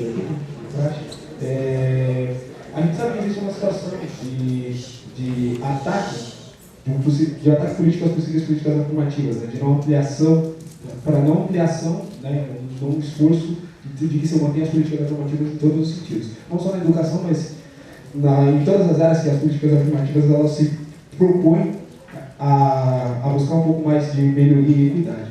Né.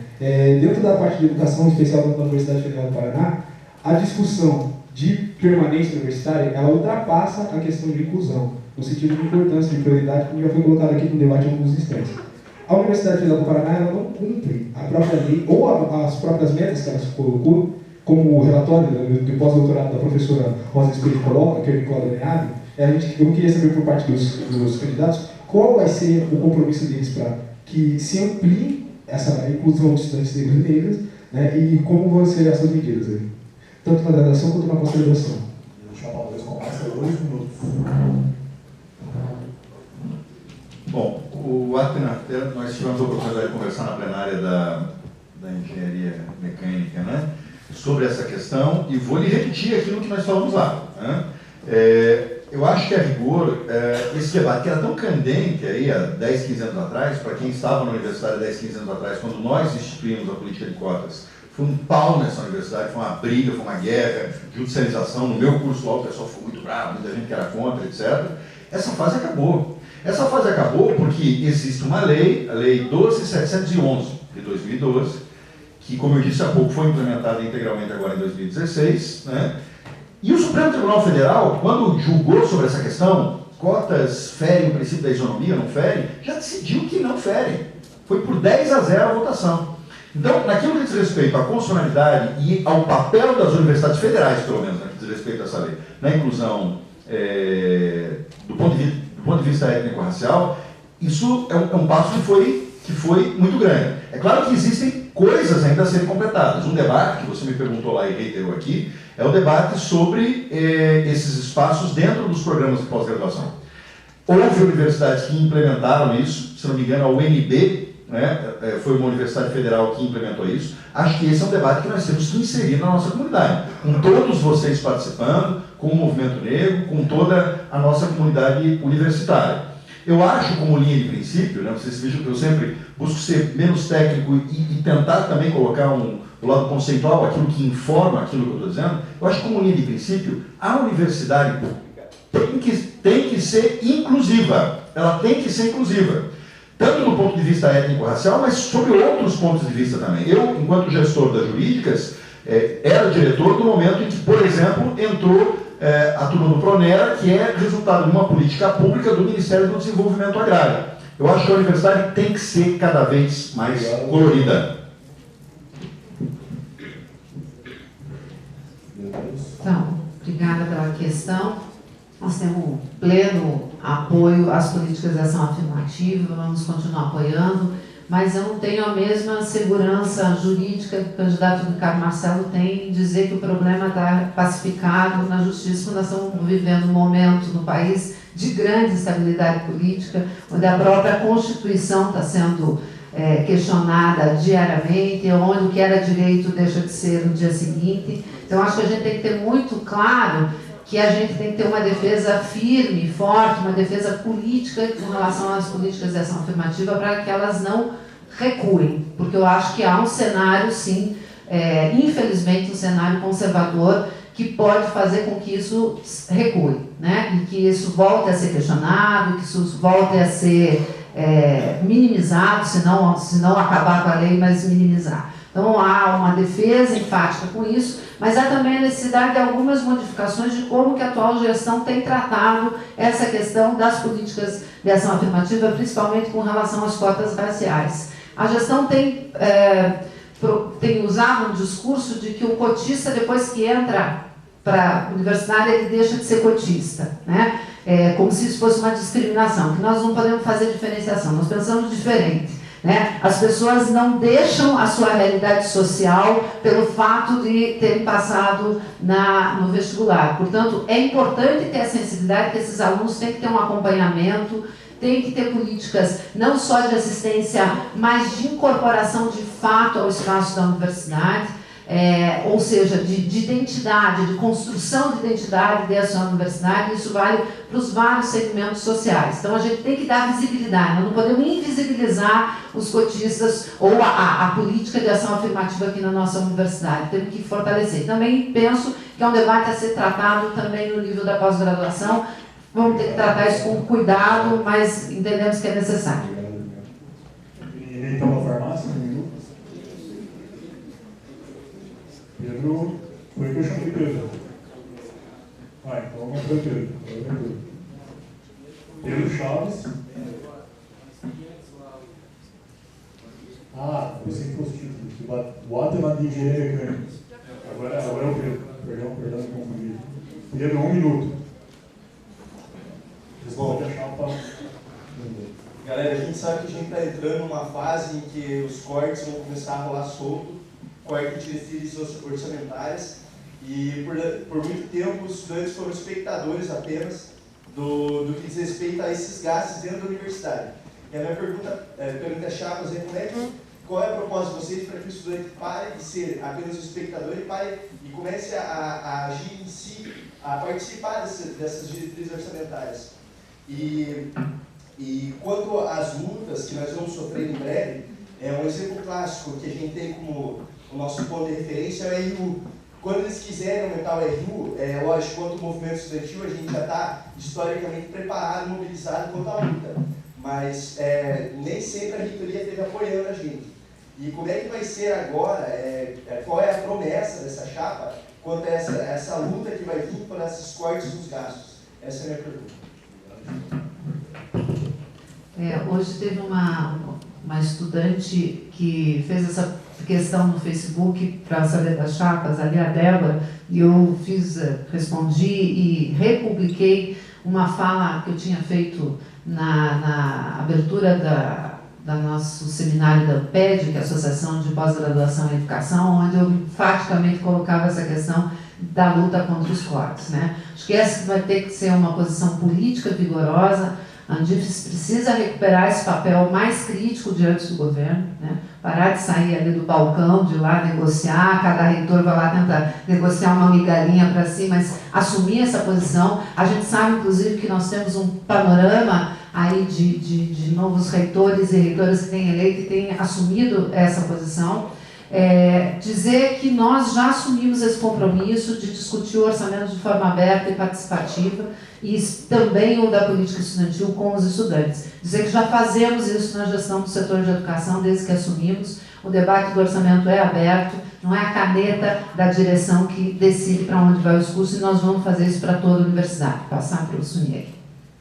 Uma outra proposta é discutir com os estudantes o recurso que é R$2 milhões da assistência estudantil, discutir com o estudante a priorização desse recurso, ao invés de usar esse recurso como tem sido usado pela gestão para ajudar subsídio do RU, isso eu acho absurdo, mas principalmente no plano diretor, ter um plano de revitalização e no plano diretor incluir também espaços estudantis. Hoje a gente vê as pessoas abrirem curso e não pensar o espaço estudantil quando abre o curso, construir prédio e não pensar o espaço estudantil quando constrói o prédio. O prédio das Exatas, que acabou de ser entregue, nós tivemos que retirar toda a parte de secretarias para constituir um espaço de estudo dos alunos, porque fizeram um prédio, acabaram de fazer e não previram o espaço estudantil. Então tem que vir e conversar e atuar no plano diretor e na decisão orçamentária.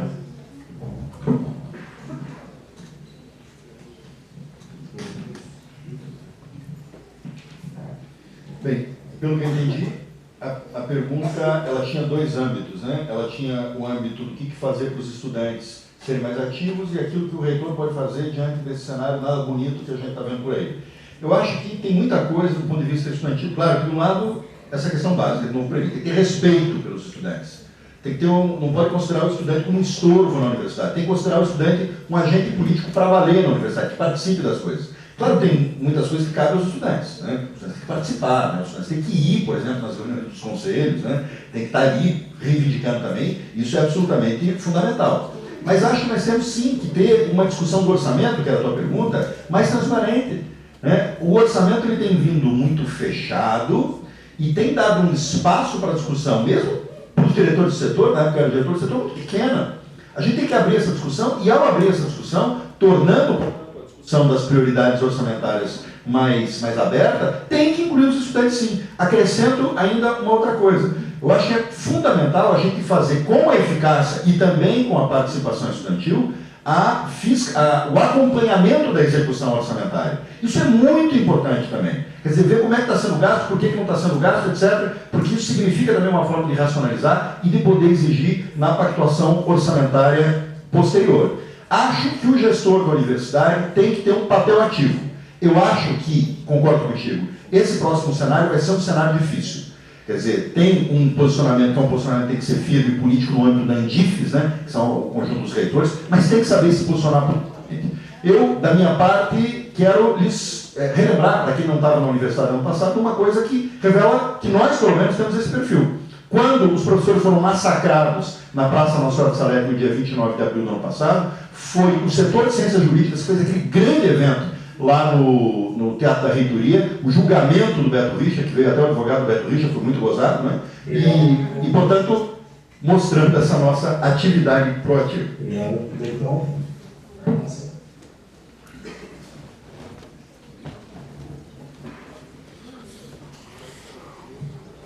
boa noite.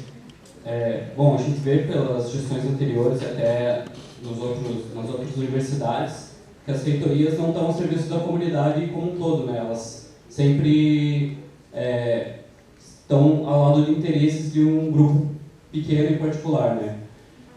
Então, muito foi falado sobre democracia aqui e quero que vocês comentem duas propostas que eu tenho para ser implementado na próxima gestão. Que uma é fazer os conselhos universitários abertos, né? Tipo, apesar de já existir uma resolução que garanta isso não foi efetivado nunca. E por que não fazer os conselhos universitários no Teatro da Reitoria com as portas abertas? O que vocês acham disso? E também o que vocês acham de fato, avançar mais ainda e fazer uma constituinte aqui dentro, para a gente acabar com o reitorado e implementar uma democracia direta aqui na universidade. O que vocês acham dessa proposta? Obrigado. Bem, então essa foi a mais provocativa das questões. Te agradeço. Pena que a gente não tem 20 minutos para falar sobre o assunto. Vamos respeitar a pergunta de todo mundo, vamos respeitar os candidatos, é fundamental. Primeiro, claro, naturalmente eu tenho que começar dizendo que não posso falar pelas gestões anteriores da reitoria, você fez uma crítica ali tão pesada, né, aos interesses que eles estavam representando. Eu e a Graciela queremos ser reitores a partir do dia 19 de dezembro desse ano e queremos fazer uma gestão para todo mundo, queremos fazer uma gestão inclusive para os estudantes. Você tem razão, sim, eu estava lá quando foi votada uma resolução, e está em vigor uma resolução que, na verdade, abre não só os conselhos superiores, mas qualquer conselho, inclusive as plenárias setoriais, plenárias departamentais, para entrar qualquer um. Então, e ninguém pode obstar a entrada de ninguém. Tem lá uma ressalva que fala só por questões de ordem, etc. Se o pessoal começar a fazer bagunça, que daí o reitor vai fazer que nem o Alexandre aqui, para mandar o pessoal baixar a bola. Fora isso, essas são reuniões absolutamente abertas, inclusive transmitidas ao vivo. Que essa resolução que foi votada, acho que no ano 2012 ou 2013, alguma coisa assim, ela previu isso. Eu não teria nenhum problema a transmitir, ou transferir as reuniões dos conselhos superiores lá para o Teatro da Reitoria. Mas eu devo lhe dizer uma coisa, Leitão. Até o tempo que eu estava nos conselhos superiores, isso foi até o mês de julho, a gente tinha um problema sério de quórum, né? As reuniões eram marcadas para as 8h30, 9 horas, às vezes a gente tinha que esperar até 10, 10 e pouco, especialmente as reuniões do Coplado, né, professor André? Quer dizer, eu quero te dizer o seguinte, o Teatro da Reitoria vai ficar vazio, o que revela um outro problema. Nós estamos tentando refundar política dessa universidade. Estamos precisando mostrar, na verdade, como a discussão política, a discussão dos conselhos, é uma coisa que tem a ver com os estudantes, que tem a ver com cada um dos técnicos, tem a ver com cada um dos professores. A gente tem que revitalizar essa política. Uma coisa triste nessa campanha que eu e a Graciela temos visto, sobretudo no Hospital de Clínica, mas não só isso, esse desencanto com a política geral. A gente tem que dar um gás nisso, e sabe como é que a gente faz isso? Com mais democracia. Obrigado.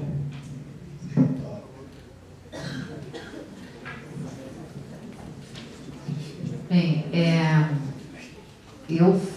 essa resolução que abriu a publicização dos conselhos foi uma proposta que eu fiz no conselho e relatei, ela foi aprovada no conselho.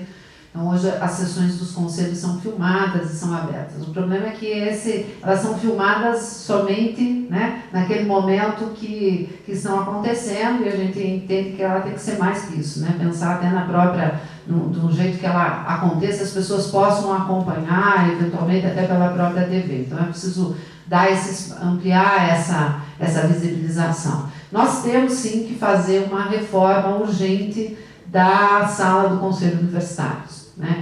O Conselho Universitário não cabe mais, né? Quanto mais uma plenária.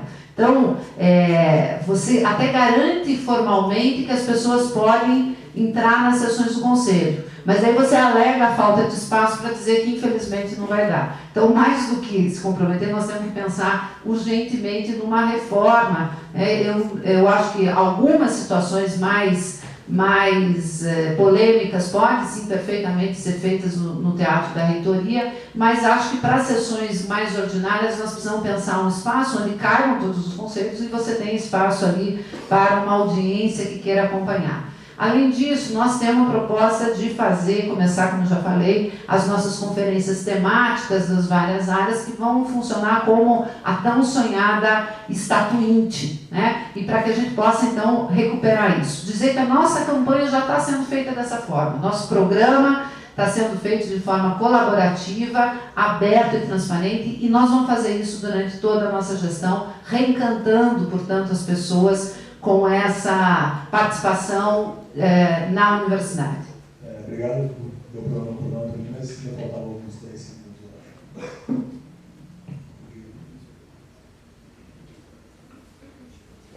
O Gabriel da Economia, você faz?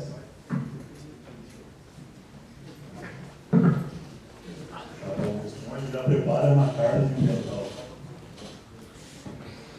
Então, boa tarde, boa noite. A minha pergunta é não só as bolsas, né, a própria moradia, mas muitas vezes as bolsas da monitoria, da iniciação científica são muito importantes para o estudante permanecer na universidade e muita gente precisa dessas bolsas.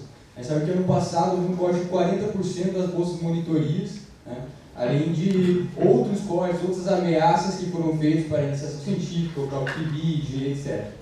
E daí, então, eu queria uma pergunta bem direta, eu queria saber como que as duas candidaturas elas, se pronunciam em relação a essa questão das bolsas acadêmicas, da monitoria científica e conversa, essa questão do corte, do orçamento, etc. Como que vocês vão pronunciar, qual que é a prioridade que vocês encaram essas bolsas e esses apoios aos estudantes ficarem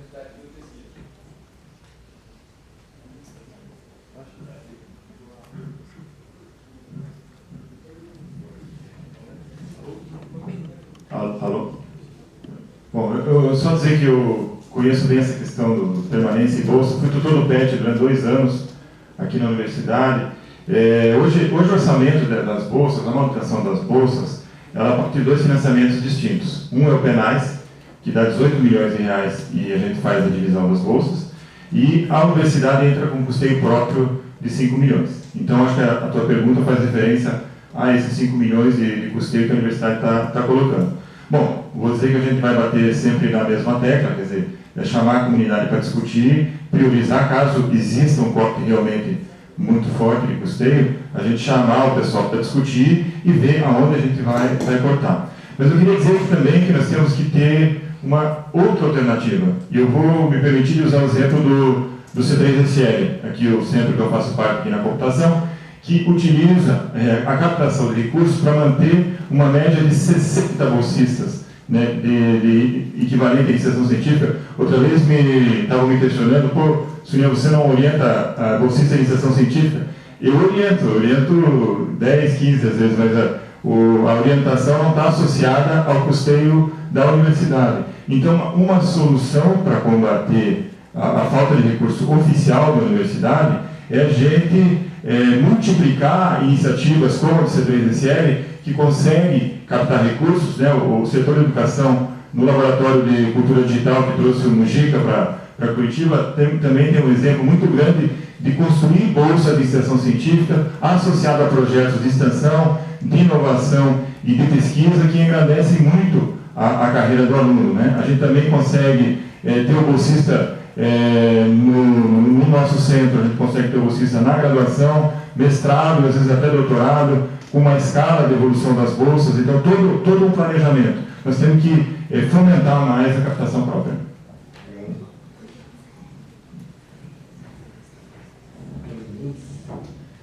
Nós temos entendido que aumentou bastante o número de alunos, tanto de bolsas de iniciação científica, monitoria e outros tipos de bolsas. Nós, atualmente, em 2001, quando pretendiam fechar o PET, a gente fez um trabalho que, nesse momento, era o professor Carlos Antunes e o professor Valdemiro, que lutaram bastante para manter o programa PET, que é importante.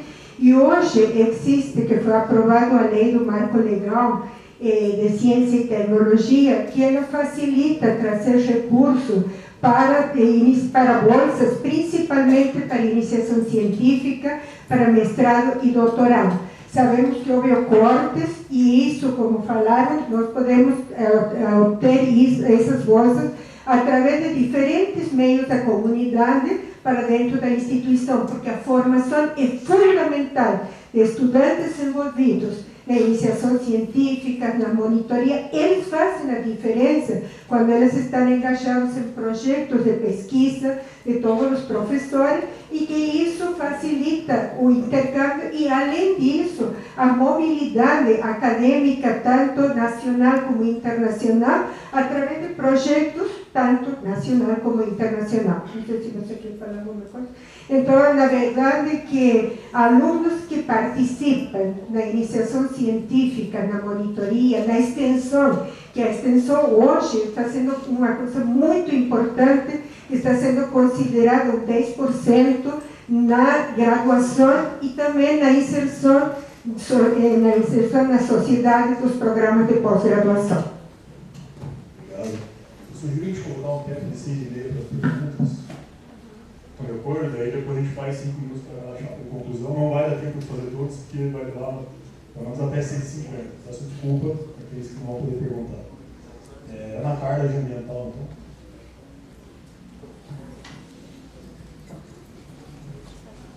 Oi, boa tarde. A minha pergunta vai ser no sentido do espaço físico dos cursos aqui na Universidade Federal do Paraná. O curso de engenharia ambiental, os professores estão espalhados por todos os cantos do campus, e os professores de engenharia de produção, eles estão espremidos em uma salinha. No entanto, foi prometido terceiro e quarto andar do prédio de administração, a partir da construção do novo prédio das exatas. E eu queria saber como que os candidatos pretendem resolver esse conflito entre espaço físico e os cursos do federal. Chapa 2. Bom, eu sei que há um conflito. É um conflito que, nesse momento, está sendo mediado pelo reitor, até onde eu sei, né, e que envolve 2 setores aqui do nosso centro politécnico, né. Eu acho, eu não vou querer entrar no mérito dessa discussão, né, eu acho que cabe a outros fazer isso. Eu apenas vou dizer para vocês o que eu acho que deve ser o papel de um reitor diante desse problema e desse tipo de conflito eventual quando acontecer no futuro.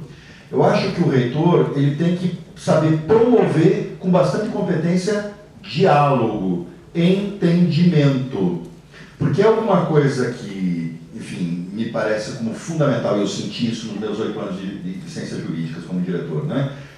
Na articulação da gestão acadêmica, a gente poder ter a capacidade de não dividir, mas de somar, né? Não de criar problemas, mas de solucionar problemas. É muito importante também é muito importante também que o gestor ele seja alguém que a comunidade possa confiar no empenho da palavra dada. Né? Quer dizer, é assim e somente assim que, mesmo quando haja um conflito de interesses entre, enfim, unidades com visões contrapostas, no final das contas, sobre o mesmo problema, que a gente vai poder garantir um certo grau de legitimidade, né, para alguém que queira arbitrar um conflito dessa maneira. Né? Eu acho que conflitos existem, eu acho que conflitos fazem parte da comunidade universitária, fazem parte do ambiente universitário, quer nos departamentos, quer nos setores, em qualquer outro lugar. Eu acho que o reitor ele tem que se colocar como um árbitro com bastante equidade, né? Com bastante equidade, porque eu acho que, de fato, né, o problema de espaço, o cobertor é curto, e nós temos que discutir de maneira aberta e democrática tudo isso.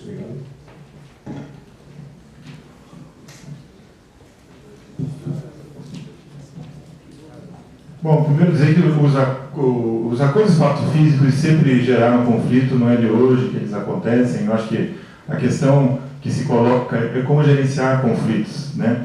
Na verdade, um dos primeiros problemas que eu me deparei quando assumi o setor das exatas foi o excesso de acordos verbais feitos pela reitoria, não publicizados, não documentados, não assinados. Acordos verbais que não detalham, não nos induzem a saber exatamente o que foi acordado, o que foi acertado. Nós consertamos isso, fizemos uma proposta concreta, falando aqui da desocupação do terceiro e quarto andar desse prédio aqui para ir para o prédio novo. A Exatas tem uma proposta de desocupação. Essa desocupação, esse processo foi colocado desde o dia 5 ou 6 de março, até hoje não tivemos resposta da reitoria. Infelizmente, a reitoria, o setor de tecnologia estão com uma dificuldade de dialogar ou fazer uma contraproposta para nós, que nós estamos aguardando. Fizemos recentemente uma segunda proposta, que é a desocupação do terceiro e quarto andar, associada à desocupação também dos espaços da química com a engenharia química. Ou seja, desocupamos aqui, você desocupa lá. A reitoria também deveria ter construído um prédio para química, licenciatura noturna, que acabou nunca sendo construído. Então, a gente só quer, na verdade, que os acordos sejam escritos, claros, coletivos, todos tenham acesso, todos saibam o que está acontecendo, e a gente senta e resolve com muita paz e cordialidade, né? O que não dá para aceitar é fazer gestão da reitoria com acordos verbais, com conversas, onde não é todo mundo que participa, não é todo mundo que opina e, principalmente, não é todo mundo que sabe o que foi decidido. Obrigado. Gabriel, de VCC. Vamos estar aqui. Então, Luiz Baroni, de VCC. 1 minuto.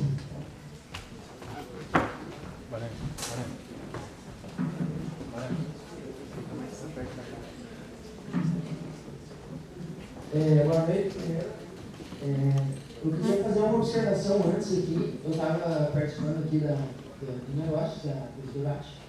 E o que eu percebi, assim, entre as duas chapas, eu percebi que há uma integração maior entre os membros da chapa 1, visto a participação da vice-reitora nas falas. Cara, a gente não pode direcionar esse que ele falou aqui, a gente tem que fazer uma pergunta mais geral. Ok, uma pergunta então. Eu gostaria de saber qual vai ser exatamente o papel das vice-reitoras dentro das chapas, dado a necessidade de a gente aumentar a participação da mulher dentro da política, dentro da universidade como um todo. É isso aí, obrigado.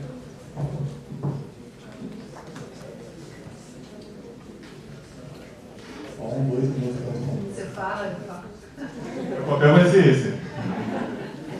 Não, eu acho que a observação de como a gente tem se comportado, a gente tem insistido nessa questão, né? Olha como é que nós fazemos a nossa campanha, vocês já começam a projetar como vai ser a nossa gestão, né? Eu estou aqui com o vice-diretor da Exatas, o Trovão, que normalmente as pessoas não sabem quem que é o diretor da Exatas. O Trovão tem muito mais jeitão de diretor da Exatas, de vice dele. Eu não tenho o menor problema com isso. Eu acho que a questão é dividir tarefas, é cooperar e fazer com que a reitoria avance.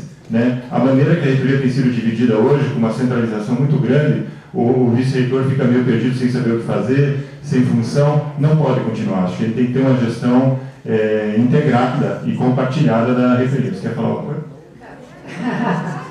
Não, dizer que, de fato, é assim que a gente tem se construído, e a própria construção da chapa já começou assim. Essa chapa não nasce de 2 nomes, ela nasce de um grupo, de um coletivo que construiu um programa de gestão, que continua sendo construído, e a partir desse coletivo, os nomes foram cogitados, né? Nesse momento, os nomes escolhidos foram do Sunier e meu, mas podiam ser de outras pessoas. Vamos dizer para nós que esses nomes foram escolhidos para representar o programa de gestão. Esse vai ser meu papel, a partir da minha história aqui, de compartilhar a gestão com o Sunier. Eu acho que nós temos aqui competências complementares, a gente tem se dividido, e é assim que nós vamos fazer, mas mais do que nós dois, nós queremos uma gestão coletiva.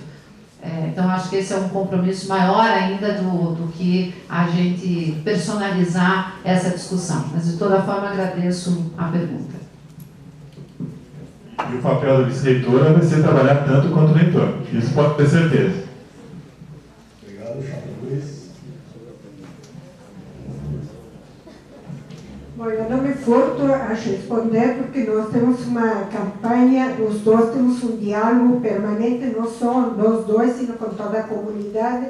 Sempre trabalhei com o diálogo, quem me conhece sabe muito bem que sempre trabalhei com o diálogo em permanência constantemente, e a vice-reitoria com certeza vai ter uma atuação bem forte, que ninguém vai saber se quem é o reitor ou vice-reitor, porque sempre estamos trabalhando, discutindo junto qual é o objetivo da universidade nos diferentes campos de ação, tanto na graduação, com os estudantes, na pós-graduação, na pesquisa, na extensão, na internacionalização, sempre com um diálogo permanente. E quem me conhece sabe muito bem que sempre trabalhei de portas abertas, dialogando com a comunidade, porque aí é onde tem os problemas. E sempre trabalhando em harmonia, discutindo, respondendo.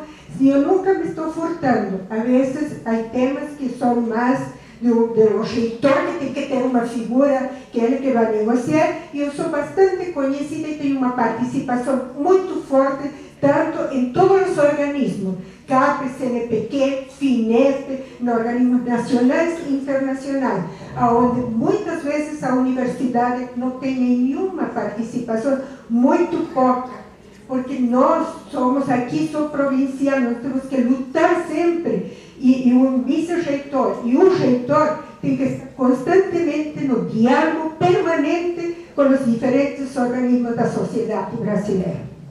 Aproveitar os 11 minutos para dizer o seguinte, nessa bola que você levantou para os outros cortarem, Luiz, a questão é, a nossa Cassiela é conhecidíssima 10 vezes mais do que eu pelo Brasil afora, eu tenho orgulho dessa vez. Obrigado. Últimas 2 perguntas, Felipe e depois Pedro da Física.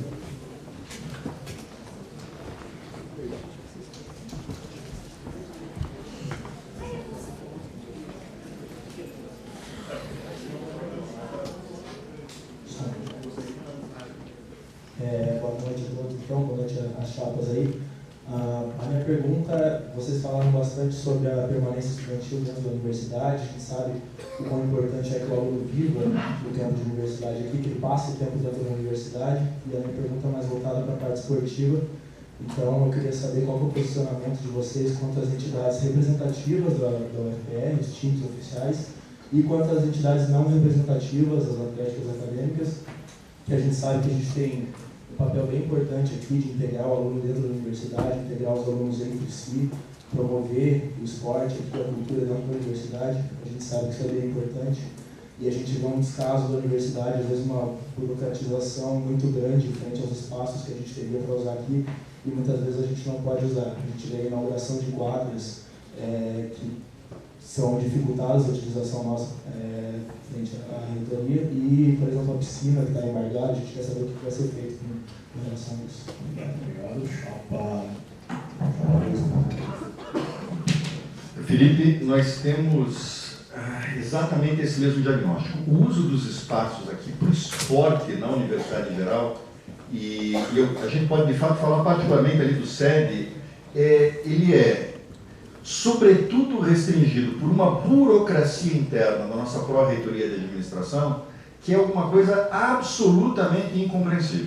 Quer dizer, é certo que, por um lado, se a gente fala que os espaços são públicos e, portanto, a gente tem que regulamentar o uso do espaço público, etc., isso é necessário até por uma questão de segurança, se a gente tem essa premissa, a gente, por outro lado, também não pode dizer que, por o espaço ser público, ele não vai poder ser usado por ninguém, a não ser em horários assim, né, muito firmemente colocados, a ponto de acontecer, no fim de semana, por exemplo, virar um verdadeiro périplo para as pessoas poderem usar as quadras, ou aquela belíssima pista de corrida, que vai ter, inclusive, o mesmo material da pista das Olimpíadas, que vai ficar pronto daqui a pouco lá no SED, né? Quer dizer, isso não dá.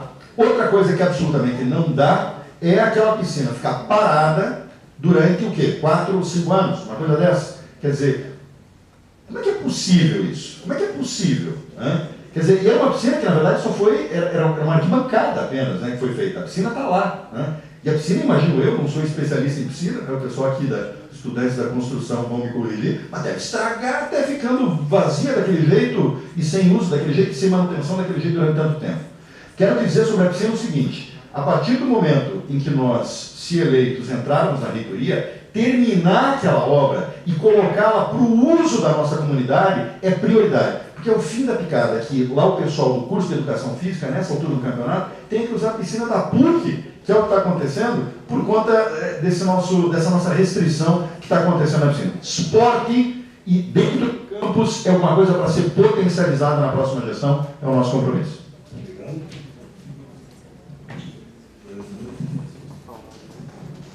Bom, eu participei ativamente da criação aí da Associação de Clubes, foi feito por 2 estudantes da Ciência da Computação, e também tenho acompanhado de perto o trabalho das atléticas. Acho que é um trabalho bem interessante, são atividades que puxam muito, porque a gente está precisando, André tem falado muito isso, a gente precisa mais dos estudantes vivendo na universidade, tendo atividades dentro da universidade, para que isso tudo possa ser entregado. Uma questão que diz respeito a atléticas e associação de clubes é o reconhecimento delas, principalmente para eles poderem ter acesso e ter propriedade de patrimônio, que é uma dificuldade muito grande, a gente não consegue ter equipamentos.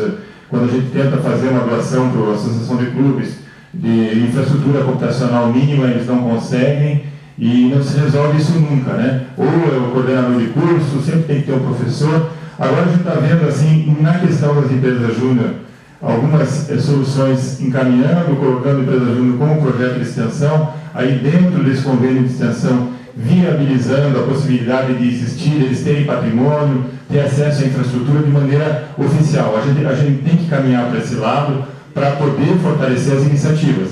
São iniciativas muito boas, que melhoram muito o ensino, complementam o ensino, e elas têm que ser reconhecidas como tal e apoiadas como tal. Mais uma razão para vocês virem discutir os R$2 milhões da assistência estudantil, que como a gente vai poder usar também apoiando as atléticas e as associações de clube. E com relação aí as coisas mais específicas, a piscina, aquele imbróglio que está no contrato de limpeza, o pessoal não consegue limpar, só não esvazia, porque senão estraga a piscina, que já está caindo os ladrilhos ali na piscina e tal. Então, acho que o nosso papel é de apoiá-los sempre que possível. Então, última pergunta, Pedro da Física, 1 minuto. Aí depois da pergunta tem conclusões finais, 5 minutos para cada chapa. Boa noite, ambas as chapas.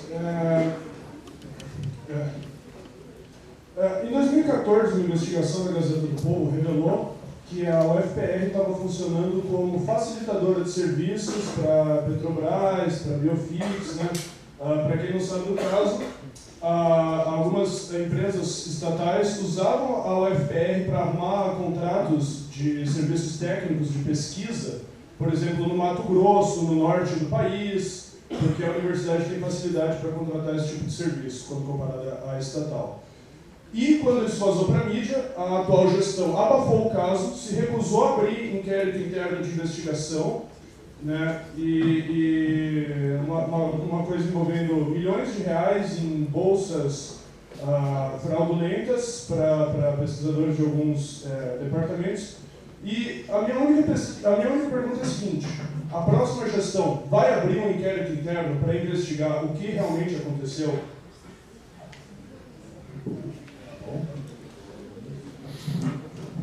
Bom, com certeza, né? Toda ação de denúncia, suspeita, ilegalidade, ela é passível de investigação imediata e uma investigação, né, cujo início, meio e fim sejam sempre compartilhados, né, com as pessoas na investigação.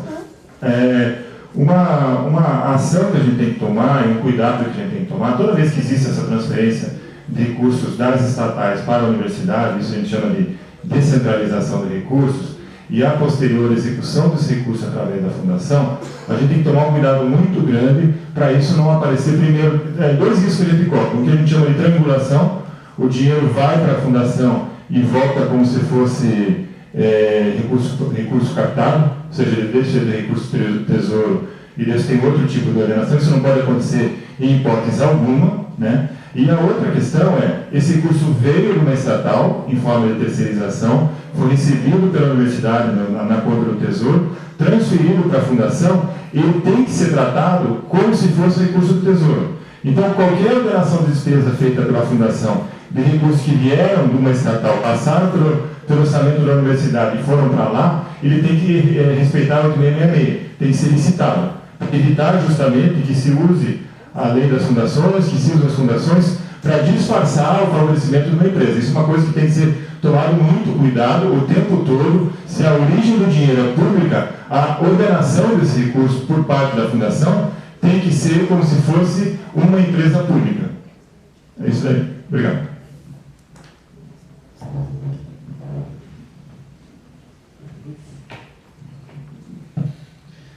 Obviamente que é um dever, inclusive, de qualquer administrador público de apurar eventuais irregularidades. Né? É um dever, não é uma faculdade. Se ele não faz isso, ele, inclusive, está prevaricando. Né?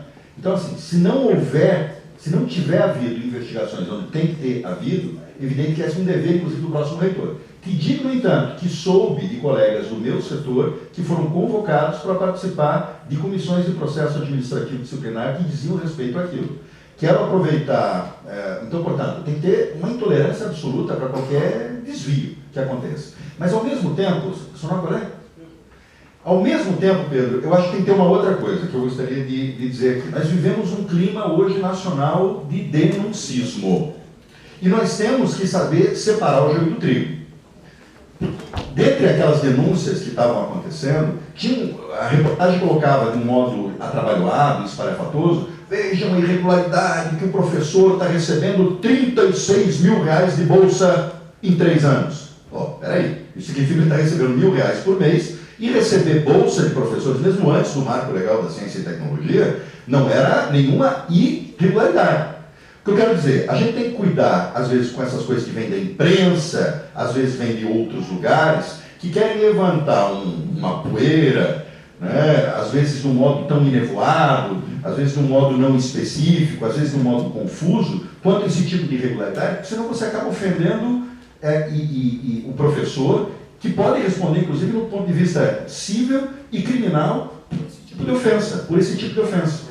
É importante a gente lembrar que a gente está num sistema democrático que tem 2 princípios. O princípio da presunção da inocência, você só é considerado culpado depois que há uma decisão transitada em julgado, e o princípio que a pessoa tem que saber do que exatamente ela está sendo acusada. Bom, vamos então para a conclusão. Estou com os papeizinhos aqui da chapa, a gente vai sortear qual chapa começa.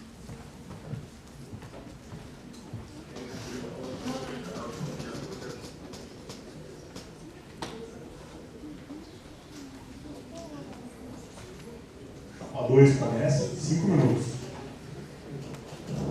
Bom, se ganhamos, estamos na reitoria e vice-reitoria, podem ter certeza que uma das coisas que mais me chama a atenção nesta universidade, a falta de um espaço cultural, de voltar a resgatar a música, a arte, as Olimpíadas.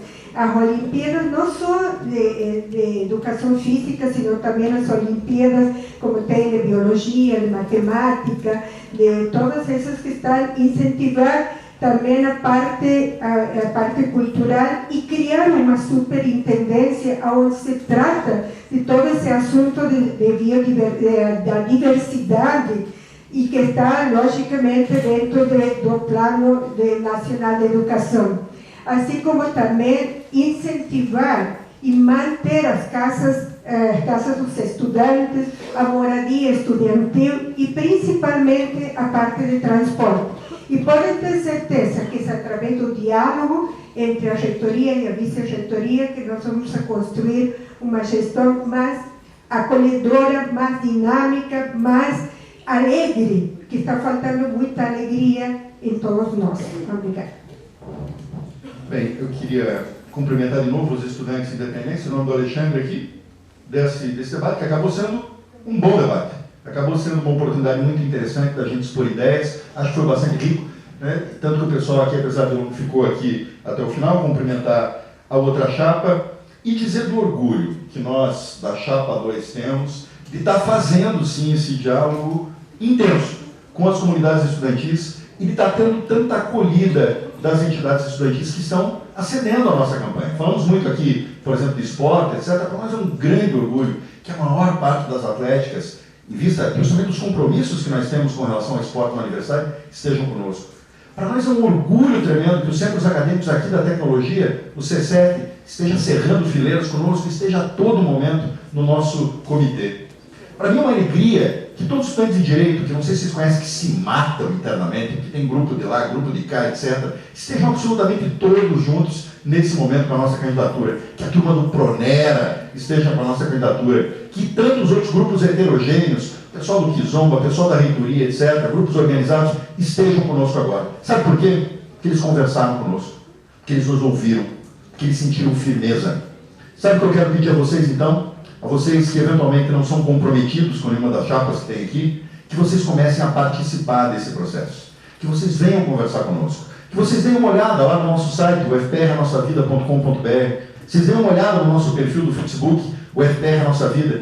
A gente está colocando lá um conjunto de propostas, inclusive um conjunto de propostas para o estudante, mas sobretudo um conjunto de propostas para essa universidade, e inclusive um jeito como a gente quer levar essa universidade, com bastante diálogo.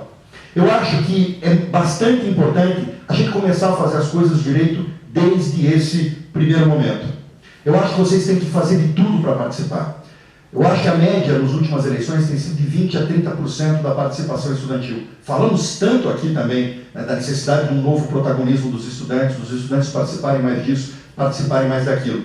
Pessoal, querem saber a melhor dica para começar a mudar esse quadro e para o estudante ter mais voz? Vocês justamente participarem desse momento agora, que é um momento tão rico. É um momento que a gente está aproveitando, apesar dos pesares, para discutir universidade, para discutir propostas, para discutir coisas importantes, para conhecer a universidade. Eu, quando fui estudante aqui dessa universidade, me envolvi em campanha para reitor. É um momento de uma riqueza tremenda da gente ver o que os outros cursos estão fazendo e ver, enfim, participar desse processo coletivo, de um processo que é aberto, de um processo que é bonito, da gente construir junto. Quero que vocês perguntem aos tantos dos nossos apoiadores e estudantes que estão aqui, se não é assim que a gente tem feito. Uma construção junto.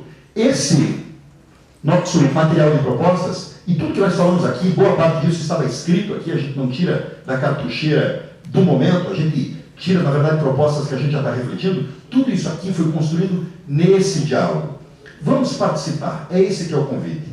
Sabe, o melhor jeito da gente fazer com que essa política seja grande, essa política não seja pequena, como muitas vezes a política lá fora é, que não seja uma política de rumores, para que não seja uma política de baixaria, para que não seja uma política de denuncismo, mas seja uma política grande, porque nós estamos numa universidade e temos que almejar fazer uma política grande, uma política de propostas, uma política de sonho. Vamos sonhar, ousar com uma universidade grande. Sabe como é que a gente consegue isso? Participando. Fica o convite da Chapa FPR Nossa Vida, Chapa 2, para que vocês venham conosco. Muito obrigado. Obrigado.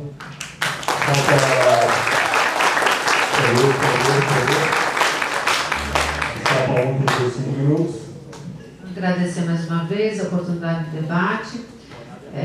dizer a vocês que nós estamos querendo recuperar o ânimo na política. Nós entendemos que nós estamos vivendo um momento do país, nos últimos anos, que tem desencantado, especialmente a juventude, com a política.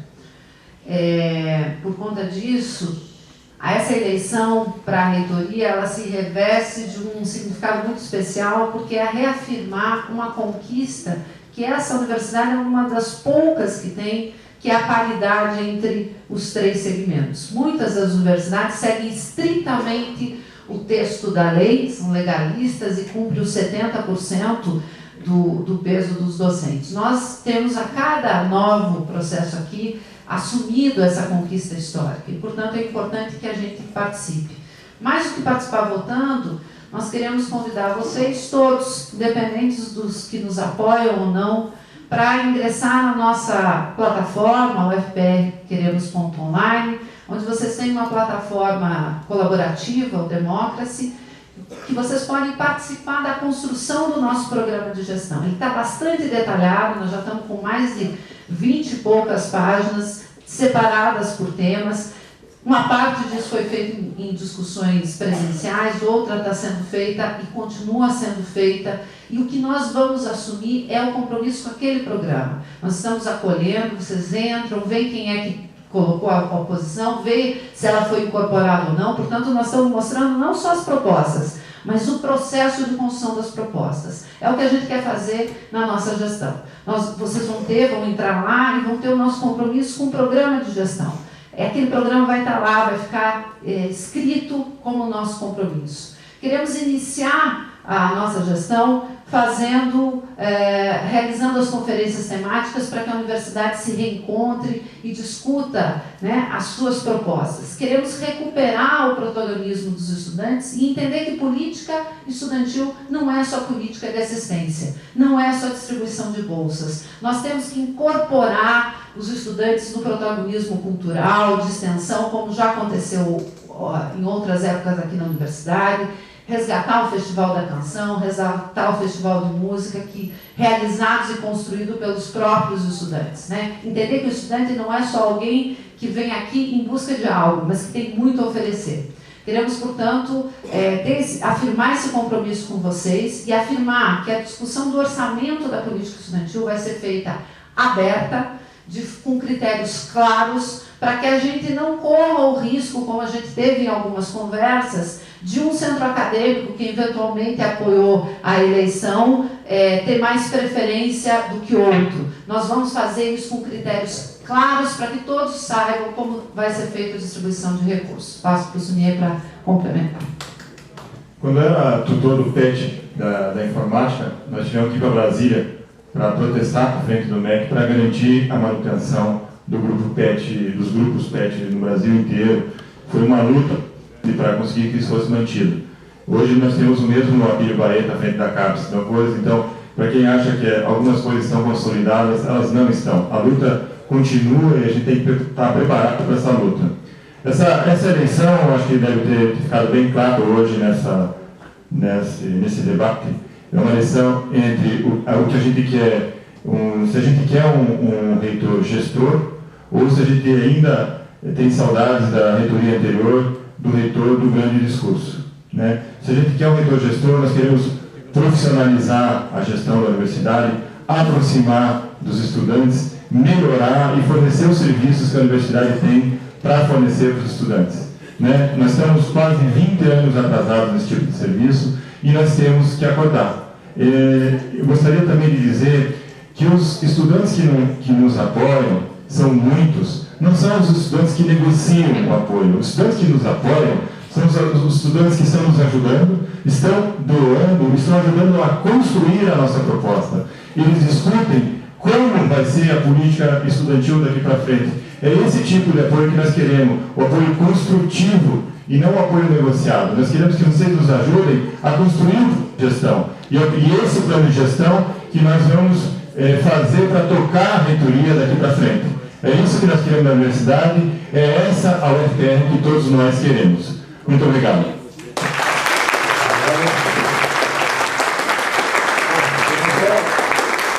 o pessoal, agradecer as chapas por terem aqui. E é muito bom que elas elogiaram o debate, elogiaram quem está aqui, porque isso vai ser cobrado. Os estudantes vão continuar mobilizados, a gente vai continuar cobrando duas candidaturas, e que espaços como esse se repitam, quem quer que ganhe. A gente vai estar lá, a gente vai cobrar, e os estudantes que vieram aqui continuem indo com a gente. É isso que a gente quer. Estudante politizado e consciente para construir a universidade. Muito obrigado, professor.